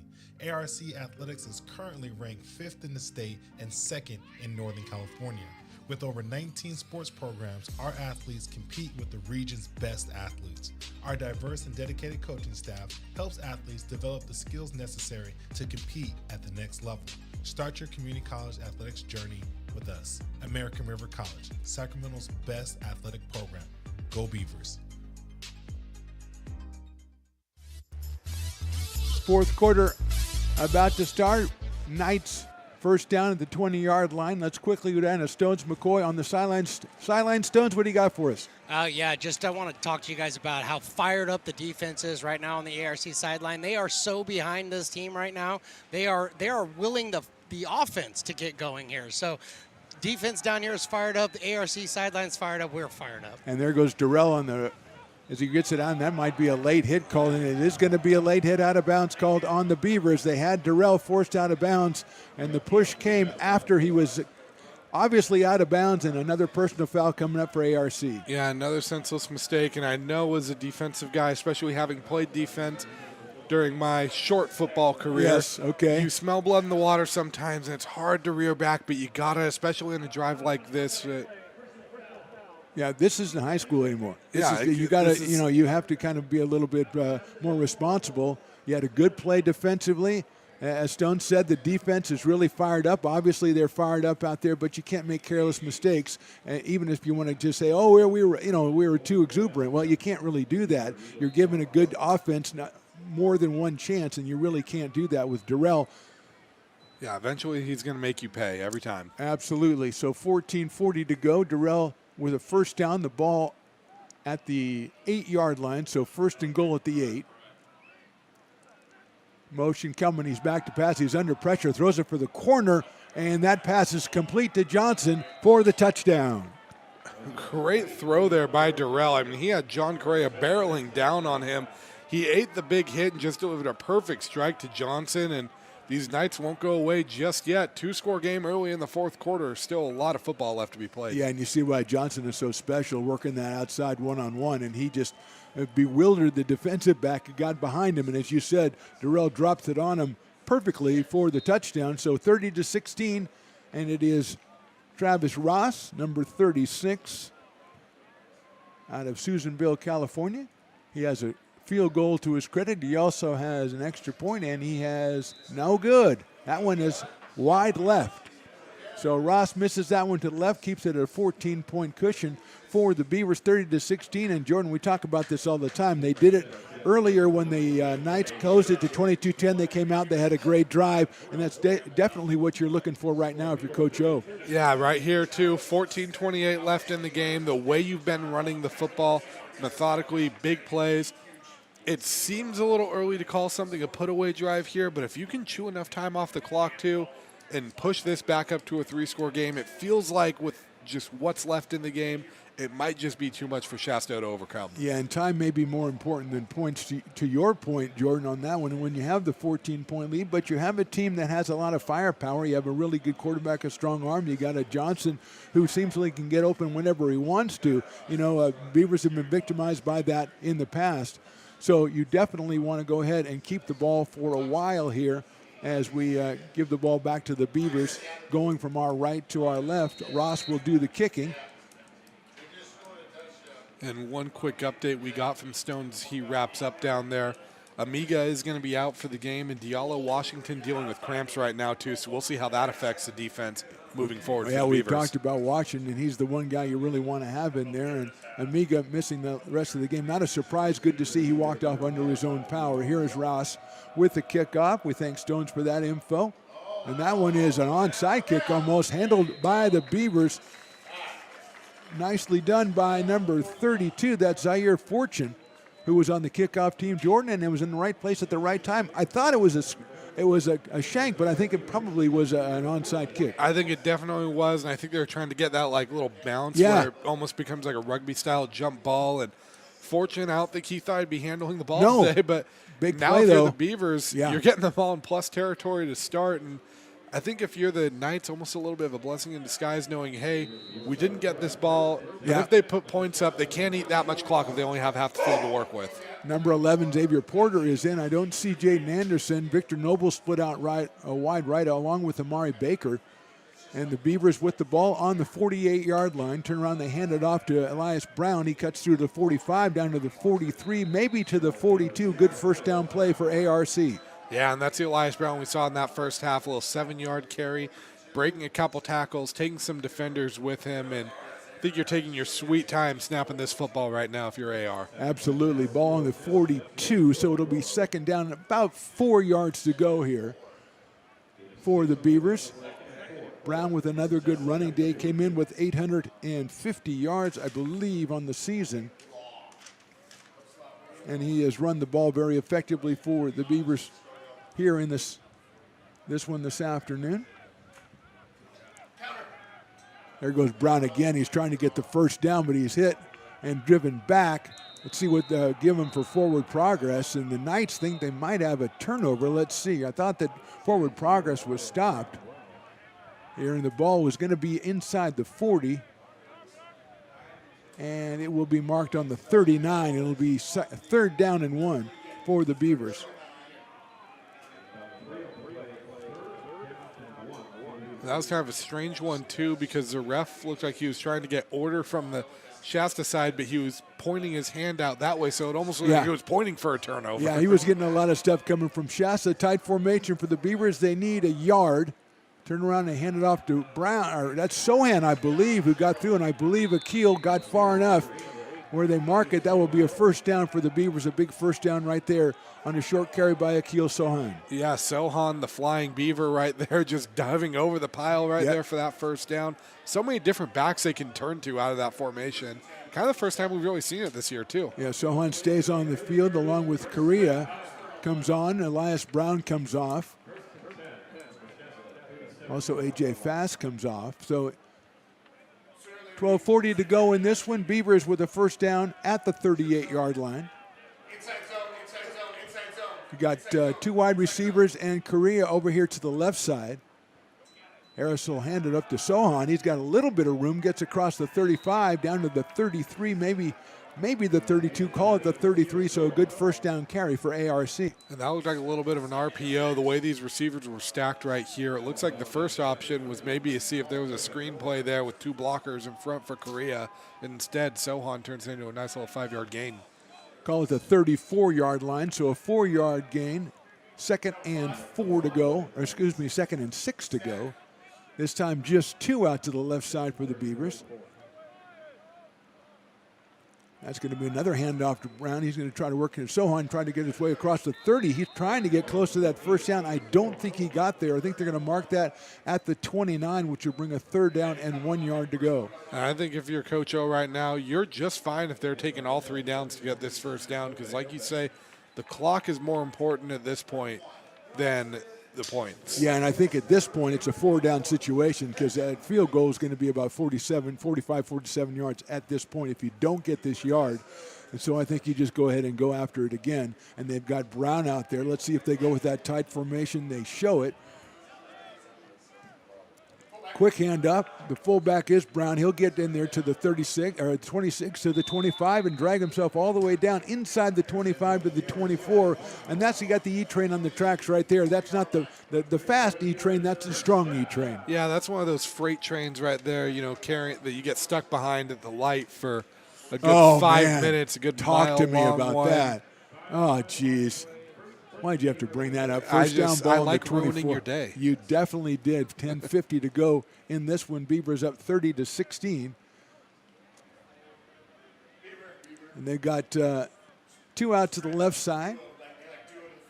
Noble and Porter. The handoff is going to go to Sohan. He tries to work his way and cut his way back, and this time the Knights are all over it. They'll shut that down probably for no gain, which will bring up a 2nd and 10. Yeah, and again, right now I think the Beavers are just going to be methodically doing this. It looks like they got Wallace back in, maybe a change of pace here. We'll see. Maybe this is the first time they put the ball in the air on this drive, but they are taking their time, moving around. A lot of subs right now. Ekaterinas comes on. He's going to be split out wide right along with Xavier Porter. Porter out of Pleasant Grove High School, and Ekaterinas out of Oak Ridge. TQ Wallace. He's going to get the handoff, gets back over toward the 20-yard line and gets into the scrum, and the whistle's going to call. It's going to end up being marked right outside the 20. He'll set up a 3rd down and 6 yards to go as we go under 10 minutes in this one. How about the patience shown by Wallace there, kind of waiting for that hole to develop from his blockers and then just hitting it hard, turning it into a positive gain. Yeah, you're going to mark that at the 21, so make that probably a honest 7 yards to go, 3rd down here. Let's see if the Beavers want to keep it on the ground and take the time, or if they're going to try to hit maybe Baker or Anderson on a short pass play. Wallace to the right of the quarterback, Harris. See if they move the pocket a little bit as we go down 9:15 to go in the ball game. And we're going to get a whistle and maybe a timeout. Yes, we'll get a timeout for the Beavers. So, Jordan, we get this timeout. Let's look down and see if our sideline Stones McCoy is down there. He is ready to go. Stones, what do you got for us? Well, I got a lot of good stuff, but the biggest thing I got is, did you guys know that there's hot dogs and hamburgers down here for sale? I did not know. Down there? Yes, down here. It's just right over to my right. There's a huge stand, and it smells too good. I really didn't want to talk about anything else other than hamburgers and hot dogs. I understand that. Us these? I mean, if you want to pick up a couple and bring them up here in about 9 minutes and 10 seconds, that is fine. That's what I was thinking. Anything more pertinent to report to us at this time? Actually, what I was trying to explain to you guys earlier, and we were talking about our quarterback, took a big shot in the second quarter. I'm not sure if that information got up to you guys or not, but he's been fighting through that to his non-throwing shoulder all game. So we're here in the 4th quarter, and he's been able to get through this all the way to now. So that's Jet Harris. Yeah, we heard about that. Thanks, Stones. Thanks a lot on that one. Julian Vasquez is the backup quarterback for the Beavers. So that's Stones McCoy on the sidelines. 9:10 to go in this one. 3rd down, 7 yards to go. So Harris fighting through a left shoulder injury. Don't know how serious it is, Jordan, but obviously it's had to affect him a little bit in this one so far. And a big play confronting Mr. Jet Harris here. 3rd down and 7, ball on the 21-yard line. Got Baker out to the right. He's going to look out. There's a slant in. He's under pressure. He lets it fly. It is over the head of Amari Baker, who went in and then came back out to the sideline. That's going to bring up a 4th down. And Jordan, the ball on 21, it looks like we might be bringing in Cam Smith. Yeah, I think so. And right now, if you're the Beavers, conferring on this field goal would be huge, but you just ate 5.5 minutes off that clock on that drive there. You really only had to put the ball in the air once. You move the ball. I feel like if you're Coach O, that's a net positive right here when you did on that drive. Felt like that was going to be just a Baker thing to the right, and if Amari could get open, then great, but if not, we'll just throw it away and let Cameron Smith try it out here. It's going to be a 38-yard field goal attempt by Cam Smith. Hold is down. The kick is down. It is up, and it is good.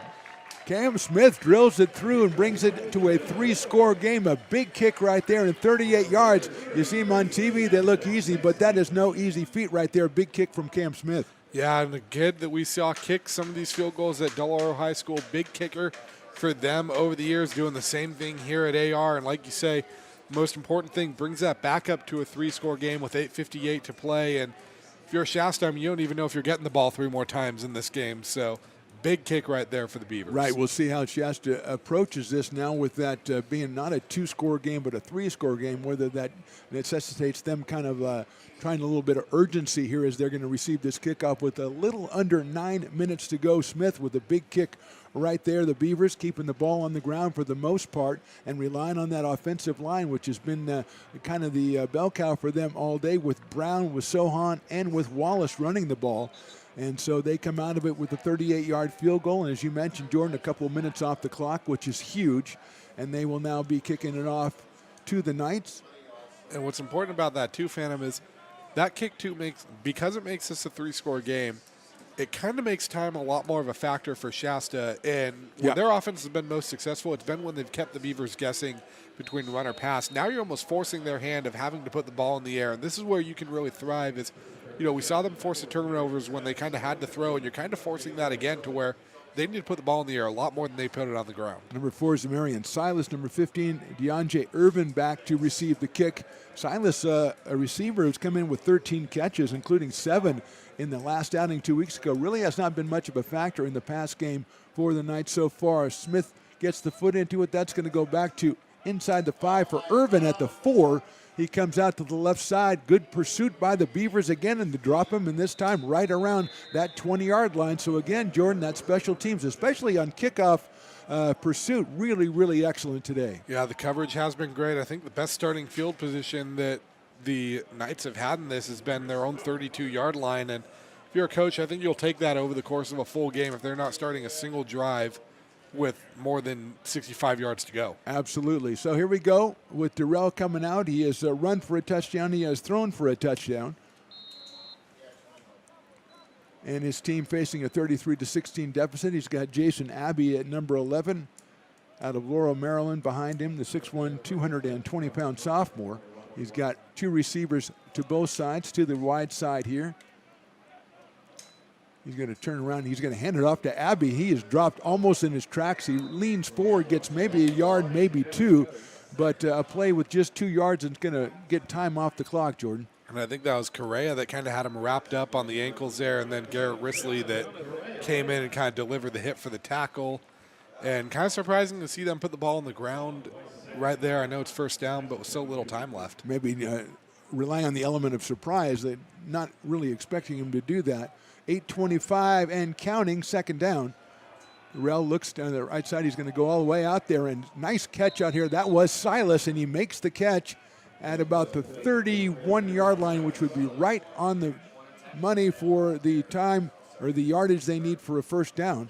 It looked like Tilford read that well, but Silas just nice comeback route, a route that's worked well for that team so far today. A couple times we've seen it now. Yeah, Tilford read it well, but he was a little bit too far back to do anything about it, and Durrell delivered that strong-arm quarterback and sets up a third down. They're going to mark that at the 29-yard line, so he's got 2 yards to go for a first down, third down. He's got Abbey behind him. He motions him up to his right side. He's going to go quick to the left side, and it's a slant play, and it's well defended by the Beavers, the ball, and they're going to call a roughing as the defensive back comes in to hit the receiver. He didn't really know if he had the ball or not. He hit him, and the flag comes on, and I don't know about that when we've talked about overzealous defense, Jordan, but that just looked like a football play. Yeah, I think they're going to get him for a helmet-to-helmet here, but that looked like a play to try to break up the pass there, and like you say, when you're kind of zeroed in on the guy, you can't really see when the ball bounces out. So yeah, Johnson on the slant, the ball went off his hand, and then coming in the defensive back, who was just making the play he was going to make anyway. And the call is against the Beavers. Looks like they won't. Oh, looks like they did call targeting, so that's going to be an ejection there for Cuenga. So that is a disastrous play for the Beavers in a lot of different ways. Cuenga comes off. He is obviously visibly upset over there. Maybe we'll send sideline Stones over there to get it. I don't think we'll get an interview, but we don't do in-game interviews here. I mean, maybe if you get some more of those burgers or hot dogs we're selling. That's a great idea. That's a great idea. Bribe Tough a guy call. with a burger, get an interview. Again, we've had several personal fouls on the Beavers, which we felt, just showed maybe immaturity or over exuberance or something. That one, it just looked like, if they call the target, obviously if it's helmet to, leads with the helmet, I understand that. But Cuenca then would be excluded from the game, so the Beavers are going to have to fill in the defensive backfield for one of their team captains here in this one. The sophomore out of Cosumnes Oaks High School. Looks like we're trying to get something sorted out here. Got Brent Green has come on, freshman from Dixon, the defensive back. So he is in the backfield now, along with Tilford and Antonio Williams for the Beavers. 7.5 to go in this one. 33-16 is our score. Looks like Coach O is trying to get either an explanation for the call or maybe plead his case for maybe so. Cuenca. And a byproduct, hopefully Johnson is okay. They were kind of helped off the field. I don't see him on the field right now, so hopefully he is okay. Just a tremendous receiver. Jari Johnson out of Enterprise High School in Reading. 6'2", 197. He is a sophomore. So here we go. Chance Tager is in number 86 for the Knights. Durrell back to pass. He has time. Now he's being flushed out of there. He finds the guy on the sideline. He makes the catch, I believe, number 15. And they're going to go ahead and call that a catch for DeAndre Irvin.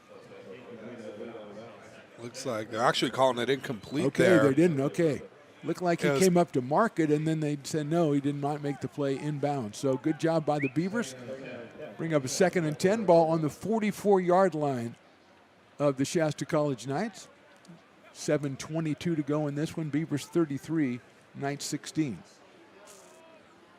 And good pressure again there by Correa, making him uncomfortable. He hasn't gotten the sack yet, but he's got a lot of pressures.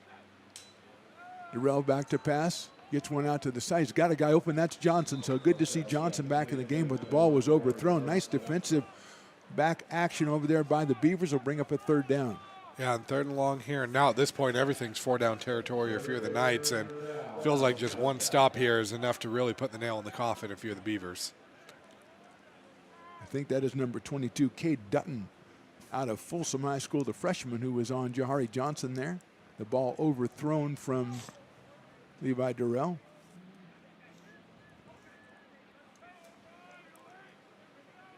Beavers looking maybe to put some pressure on here on 3rd down. That's just rushing 3 and dropping everybody else back. That's a slant in there to Johnson. He's going to make the catch and get himself a 1st down inside the 45-yard line of the 44.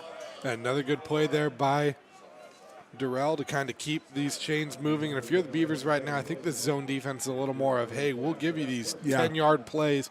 Eat this clock, that's fine, but just nothing big. Especially, they only rushed 3 on that one and kind of dropped everybody back.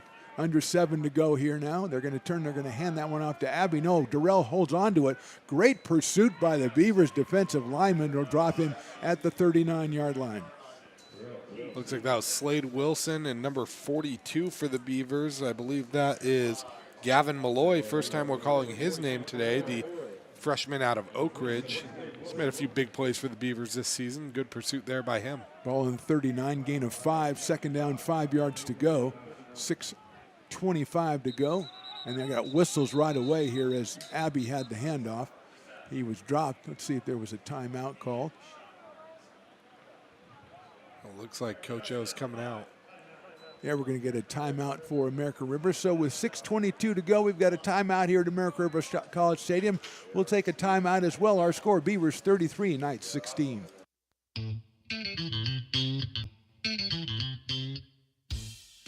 I love baking. I've been doing it my whole life. Grateful Bread was started because I needed the job. It always used to seem like bread was just an afterthought, and which was always kind of disappointing. But now, as not only people, foodies and people eating, they're expecting better quality, and people notice it, they can see it. Lincoln Potters Baseball. Placer County's best-kept secret is back for another exciting summer at historic McBean Stadiums. Loaded with fun for the whole family. Local beer, wine, and eats. Fireworks, giveaways, theme nights, kids zone, and more. 6:22 to go in this one. Beavers 33, Knights 16. Beavers on defense as the Knights have a second down and 5 yards to go on the 39.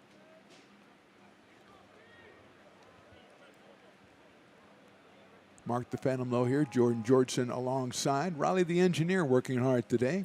Chris is the scoreboard guy. Stones McCoy doing a great job on the sidelines.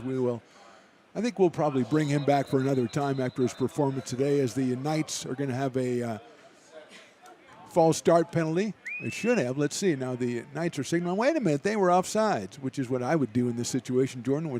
If they charge me with something, I would say the other guy did it first. I like it. The art of deception. It's Absolutely. like siblings. You say, hey, he started it. If you ever had brothers, you know exactly what they're doing. But I think they're going to march this one off, a false start penalty against the Knights, and so that'll make it a second down and 10 yards to go. Ball back at the original line of scrimmage at the 44-yard line. That's the official coming and being the parent saying, hey, I don't care who started it. I'm going to finish it right now. This is what we're going to do. Do. To your sidelines. Abby in at the running back behind Darrell with 6:22 to go. Second and 10. Beavers bringing some pressure right up the middle. Darrell steps up. He's got room. He has a guy open on the sideline, but that is overthrown. Okay, Dutton comes on for the defensive play, but the ball overthrown on the wide receiver, and good pressure right there by the Beavers. Yeah, and it looks like that pressure was brought pretty much by the whole D-line. I know Washington led it, and it looked like it was Diego Villarreal that ended up landing the hit, and then Dutton ended up perfectly timing that hit. I don't think it was a catchable ball either way, but absolutely get that hit for good measure and just in case. Jonathan Correa had a little bit of a rest. He comes back into the lineup for the Beavers defensive line, lines up at left defensive end on a third down and 10 from the 44-yard line. Beavers look like they will bring 4 on this one, and they do. Correa comes through, the pass out to the side, caught by Silas. 3 Beavers there right away, and he is out of bounds at the 36. That is short of a first down. It'll bring up a 4th and 2 to go with 6 minutes to go in this ball game. And given that that was an out and that option, it felt like that was more setting up for a bigger 4th down call where you have a few more options. Maybe go back to that read option that's worked pretty well for them here. Ball actually marked at the 37, so it'll be 4th and 3 to go on the 37 as we go down to 5:40 left. Johnson is going to be split out right. Silas is going to go out to the left side wide. Johnson to the short side on the right side. Rocio came in there too. They've gone to him a few times here. Number 23, the running back. Beavers, watch out. We're going to get a timeout here. Timeout this time by Shasta as the Knights notice the Beavers kind of massing the forces there to perhaps a little onslaught on the quarterback there. Yeah, it feels like they were going to kind of put pressure on him, try to, if they're going to do that read option, maybe get him panicking a little bit, have guys in that backfield, or force that quick pass that they're uncomfortable with. Either way, a stop right here feels like it's a nail in the coffin. Absolutely. 33-16. We've talked about the Beavers came out. They had a lead at halftime, 22-3. Came out in the second half. First drive had a chance to put it away, a pass intercepted in the end zone, and then the Knights came all the way back. A 74-yard run by Levi Darrell brought it to 22-10. But since then, basically, it's been all Beavers as they have the 33-16 lead. They've made big plays, but they've also, Jordan, as we talked about a couple times, as we've talked about all season, also kind of shoot themselves in the foot a little bit too often. Yeah, it's one of those where it feels like if you want to find a way to describe it, a lot of time left still. There's something can happen, but absolutely it feels like the most stressful, stress-free big lead of all time right now if you're the Beavers, because it feels like this lead could absolutely be a lot bigger, but also it's still got to feel pretty good to be up 17. Yeah, and you give credit to the explosiveness of the Shasta offense. For the most part, the Beavers have done a good job against them. Darrell in the shotgun, Jason Abbey to his right, 5:25 to go in this one, a big 4th and 3. He's going to try the quick pass. He's got a guy at the sideline. The pass is caught. A nice catch over there by Silas, I believe, at the 31 will give him a first down. And that little comeback route again working for them, just finding ways to work back to the ball. It feels like that's been their bread and butter all day when they've moved the ball today. Yeah, for a short pass, though, that ball's in the air about 15 yards, so that is a really good throw by Levi Darrell. As we go down to 5 minutes to go, tight coverage over here on the right side against Jahari Johnson. Rocio in motion. They're looking for Johnson going down the sidelines, and it is out of bounds. He'll make the catch. And again, Jordan, a couple of times we've seen the defense, and Tilford looks like he is down as he slams the turf down there. Ken Tilford, the defensive back, grabbing his knee, so we're going to have a little timeout. But what I was going to say, Jordan, one thing the Beavers have done well defensive back-wise is use that sideline as another defender. Yeah, they really have, and Tilford did a good job there and turned his head at the perfect time. You just got to hope he's okay. They're never good when you see your guy coming up, grabbing his knee, especially after what looked like kind of a weird twist and a non-contact play. 5'11", the sophomore out of Wilsey Wood down in Vacaville is one of your team captains in today's game, one of your top defensive players, a top defensive back returning from last year, and he made the defensive play there and came up grabbing his knee. So we're going to take a timeout here, 4:51 to go in this one. Beavers up by 17. Hi, I'm Monica from Ace Body Shop in Telling. We are a family-oriented business. We've been in business for over 30 years. We are located downtown Lincoln at 333 Lincoln Boulevard in Lincoln, California. We do automotive repair and 24-hour towing. Our phone number is 916-645-2859, or you can find us on the web.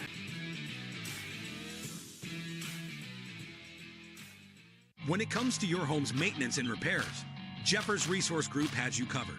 Our handyman services offer a comprehensive range of expertise, from minor carpentry to drywall, electrical and flooring for property managers, landlords, and renters alike.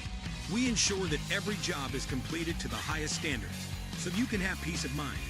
Contact us today to discover how Jeffers Resource Group can help keep your home in top shape. Here at Super Taco, we specialize in authentic Mexican food.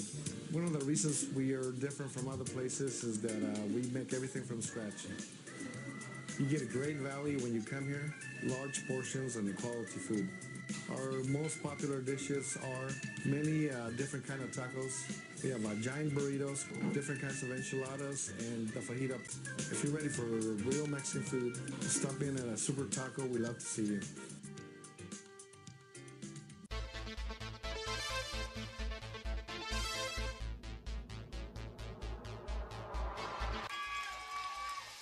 Pass flung on and missed. He got him on strikes at 86, the off-speeder. Bruno strikes out the...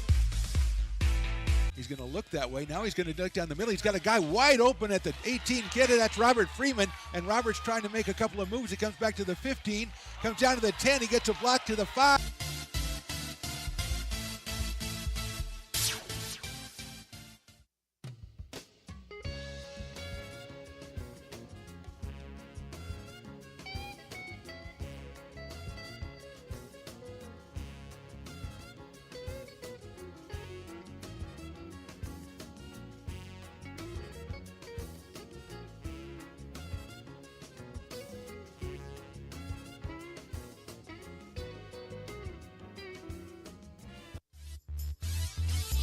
Ken Tilford off the field, mostly under his own power.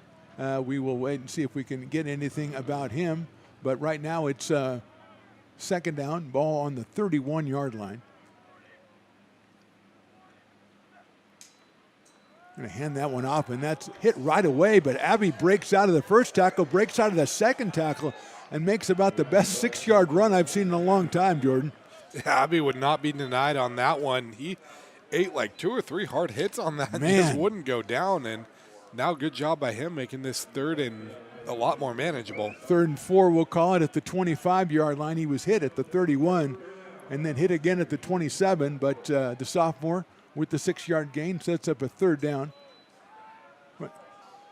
Quick out to Johnson. He is hit right away, and I think he got across the 20 before he was hit, so that'll be another 1st down for the Knights. But again, making them do a lot of plays, Jordan, kind of ties into what the Beavers are trying to do defensively. And how about Dutton out there, too, on that corner? I mean, he kind of got thrown in when Quenga came out and has made some big plays. Quenga and Tilford both have left this one for the Beavers. Durrell back to pass. Here's comes some pressure. He's going to go to the corner. There's nobody there. Looking for a flag. Don't see a flag. Everybody on the sideline for the Knights kind of asking for one, but it's not forthcoming. Bring up 2nd down. And my guess is they're thinking someone was supposed to be there, maybe got held up, but it's kind of tough to make the argument when there is no receiver in the vicinity because a ref can always say, hey, that was uncatchable. Making a good point, though, Jordan. We're seeing some new defensive backs. Fortune is out there now. We've also seen Green. We've seen Dutton taking over for Quenga. Also, Chris Butters, who is in there. taking on the wide receiver here on the right side, and that's where Durrell's looking. Now he's going to go down the middle. He's got a guy. It's knocked away. That's a beautiful defensive play right there.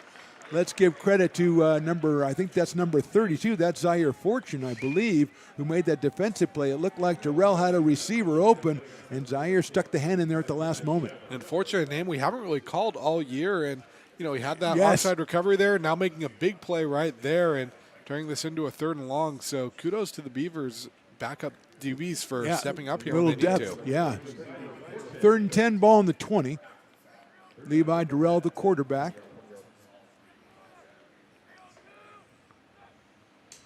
He looks to the left. Down the line, he's got a man in the corner, Johnson, but it's off his hands. Jari Johnson had that one. It looked like he was trying to keep himself in bounds and couldn't make the play on the ball. And a perfectly delivered ball there by Levi Durrell, and almost linking up for 6 with Johnson for I think would have been the 2nd or 3rd time this game. But yeah, Johnson was the most open I think he's been since that play in the first quarter where he got that one down the right sideline. But I think he's a little surprised to be open. And again, I think he was kind of tight-roping that out-of-bounds line in the left side of the end zone. Brings up a 4th down. They've got to get down to the 10, so say it's 4th and 10 from the 20. 3:41 to go in this one. Beavers up by 17. They flare a guy out. He's going to go down the middle. That's knocked away, but caught, beautifully caught by number 85. That's David Sheffer with the catch. He makes the catch down at the 5. First down for the Knights. And I know that the Knights are marching down the field here, but they have also eaten about 6 minutes off this clock, and that's not really what you want to see if you're Shasta. Well thrown ball by Durrell. Tackle made by the Beavers. They turn around, they hand it to Abby. Abby's going to get stuck right at the 5, and that's going to take some time right there off the clock. To your point, Jordan, be a 2nd down and goal. And I know that Abby's been running the ball well, but I feel like in this situation, the run almost isn't even an option anymore if you're the Knights. Come down toward 3 minutes to go. You want to score, obviously, as quickly as you can. If you're Shasta, Silas is split wide out to the right side. Johnson manning the left side. We go under 3 minutes as Durrell fakes the handoff. And great job by the defense to go up and block his vision. He has to pull it down and go for the run. He gets a gain of 2, but what a play by the Beavers. And I think that was Garrett Risley right there showing off the hops. I mean, get up there. Yeah, great hops. He wanted a quick throw out to the left side. Risley jumped up in his line of vision, pulled it down, had the wherewithal to go up the middle, make a couple of yards out of it. It's 3rd down and goal, and the ball on the 4-yard line, and we're down to 2:25 to go in this one. 2 left, 2 right for Levi Durrell. Now we got motion. Throws it to the left side. The slant to Johnson. Touchdown for the Knights. And that's the 2nd time we've seen Durrell stand tall under pressure there, eat that hit, and find Johnson for a touchdown. And, little bit of signs of life here for the Knights. I mean, they still need a lot to go their way, but they're just finding ways to stick around in this one. Yeah, that's a well-executed play by the Knights. They had the pressure coming in from that side. As we mentioned, Durrell stayed cool and threw it to where he knew Johnson would be. And Johnson pretty wide open for as close to the goal line. They're going to go for 2 now and try to make this a 9-point game, which I guess makes sense in some sort of mathematical formula, maybe a Gen Z or Gen X kind of thing. Maybe you millennials would do it that way. I think I saw it on TikTok. And I think that's exactly what it was. Riccio, there's going to be Durrell trying to go up the middle, and he is stopped short. It looked like he did not make it. I don't think they are marking it from the side. No, he did not make it. He faked the handoff to Riccio, tried to go up the middle, and the Beavers shut it down. So with 2:11 to go, the kickoff imminent. It's Beavers up 33-22, Jordan. And I understand the draw of going for 2 a little bit there because, hey, you still need to score twice to win this game. So maybe you get it there, and then a field goal could win it if you score that touchdown. But now at the same time, you just put yourself in a position that, let's say, you can recover an onside and move the ball down the field. You now have to score 2 touchdowns to win this game, and just feels like, kicking there would have been the better option. Yeah. And, I mean, I don't know. I mean, we've seen some strange shoe-point conversions in this game, so what do I know? But I think the thing that made them go for it is the fact they go, well, if we don't make it, we're down 11, which means if we get a touchdown and a 2-point conversion, we're still a field goal away. And I know time would, screws that up. But what if we get 2 onsides in a row or something like that? I think that might have been it. Plus, they probably just needed some help on some work on the 2-point conversion. And it really doesn't do much either way in that situation. So Bringing out the hands team are the Beavers. Jaden Anderson goes right up on the top. We've talked about Zaire Fortune, who already has a onside kick recovery to his name here today. We've got Amari Baker over here, also Dylan Fear over here. Beavers with just one guy back deep. As let's see who's going to do the kick. It is Travis Ross. The kick is going to go. It's off the hands of the Beavers. Beaver guy grabbed it, and I think it went out of bounds. And we're going to have a penalty. A couple of penalty flags go right up after that play. Well, looks like some extracurriculars Extracurriculars happening. indeed, and the Beavers go to pull their teammates out of there.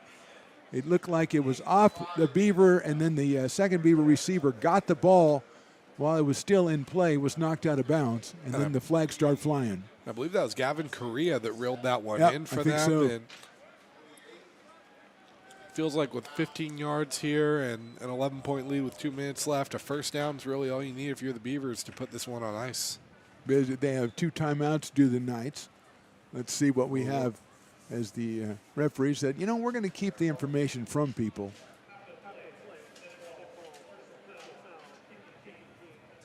So it is on the kicking team. A good call, Jordan, as a referee. Thank you very much for giving us that information, and it's going to take deep into the Knights' territory inside the 40 and end up on the 38-yard line. So 1st and 10 to go, 38-yard line. The Beavers with the 33-22 lead here, trying to go to 3-3 on the season, 1-0 in conference play. Their conference, the National NorCal Division. It's a very elaborate thing. That seems like something that should be on national, like a crest. Yes, it could be. I mean, you do need a coat of arms for that or something like that. A family motto. National NorCal Division. Yes. What's the motto of the NorCal Division? Unity forever or something like that. I don't know what it is. No, but it's got to be in Latin or something. Of course it's in Latin. So the Beavers with the ball, first down, 1:58 to go. It'll be on the 38-yard line. Obviously, speaking of mottos, the motto is hold on to the ball. I think hold on to the ball and just get 10 yards. Not really much they can do about it. Hold on to the ball. The motto usually is, hey, let's try to hold on to the ball to an extent, but this time really hold on to the ball. That's it. It's usually the underlying principle, but now it's their overriding motto. Yeah. TQ Wallace is in, number 5, with Jed Harris.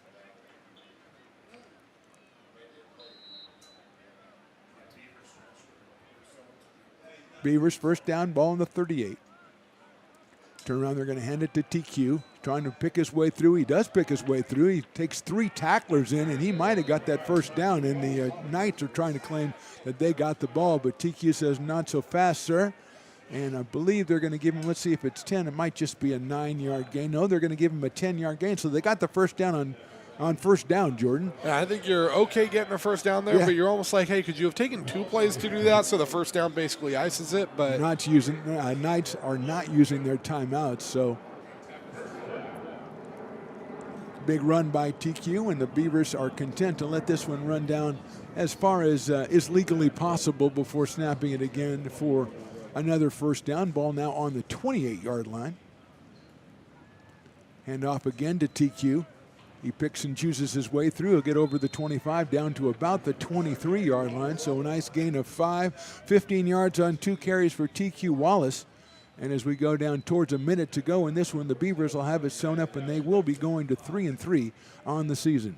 And I think 3-3 is the important record, but I think the number you said right after that's the most important one, 1-0 in conference play. Like you said, it feels like the season's gotten back on track. This will be your second win in a row, and starting conference off with a win. And their second 30-plus point performance in a row. They had 31 against Modesto, 33 here, and they left one out there with a great kickoff return where they got the penalties, and they're going to have to clean that up. We'll talk about that more in our post game, but right now, going down to 30 seconds to go, it's going to be one more handoff to TQ Wallace, who kicks it outside, then comes back inside, is tackled near the 20-yard line, and that should be the last one here today as the Knights make the tackle on TQ Wallace.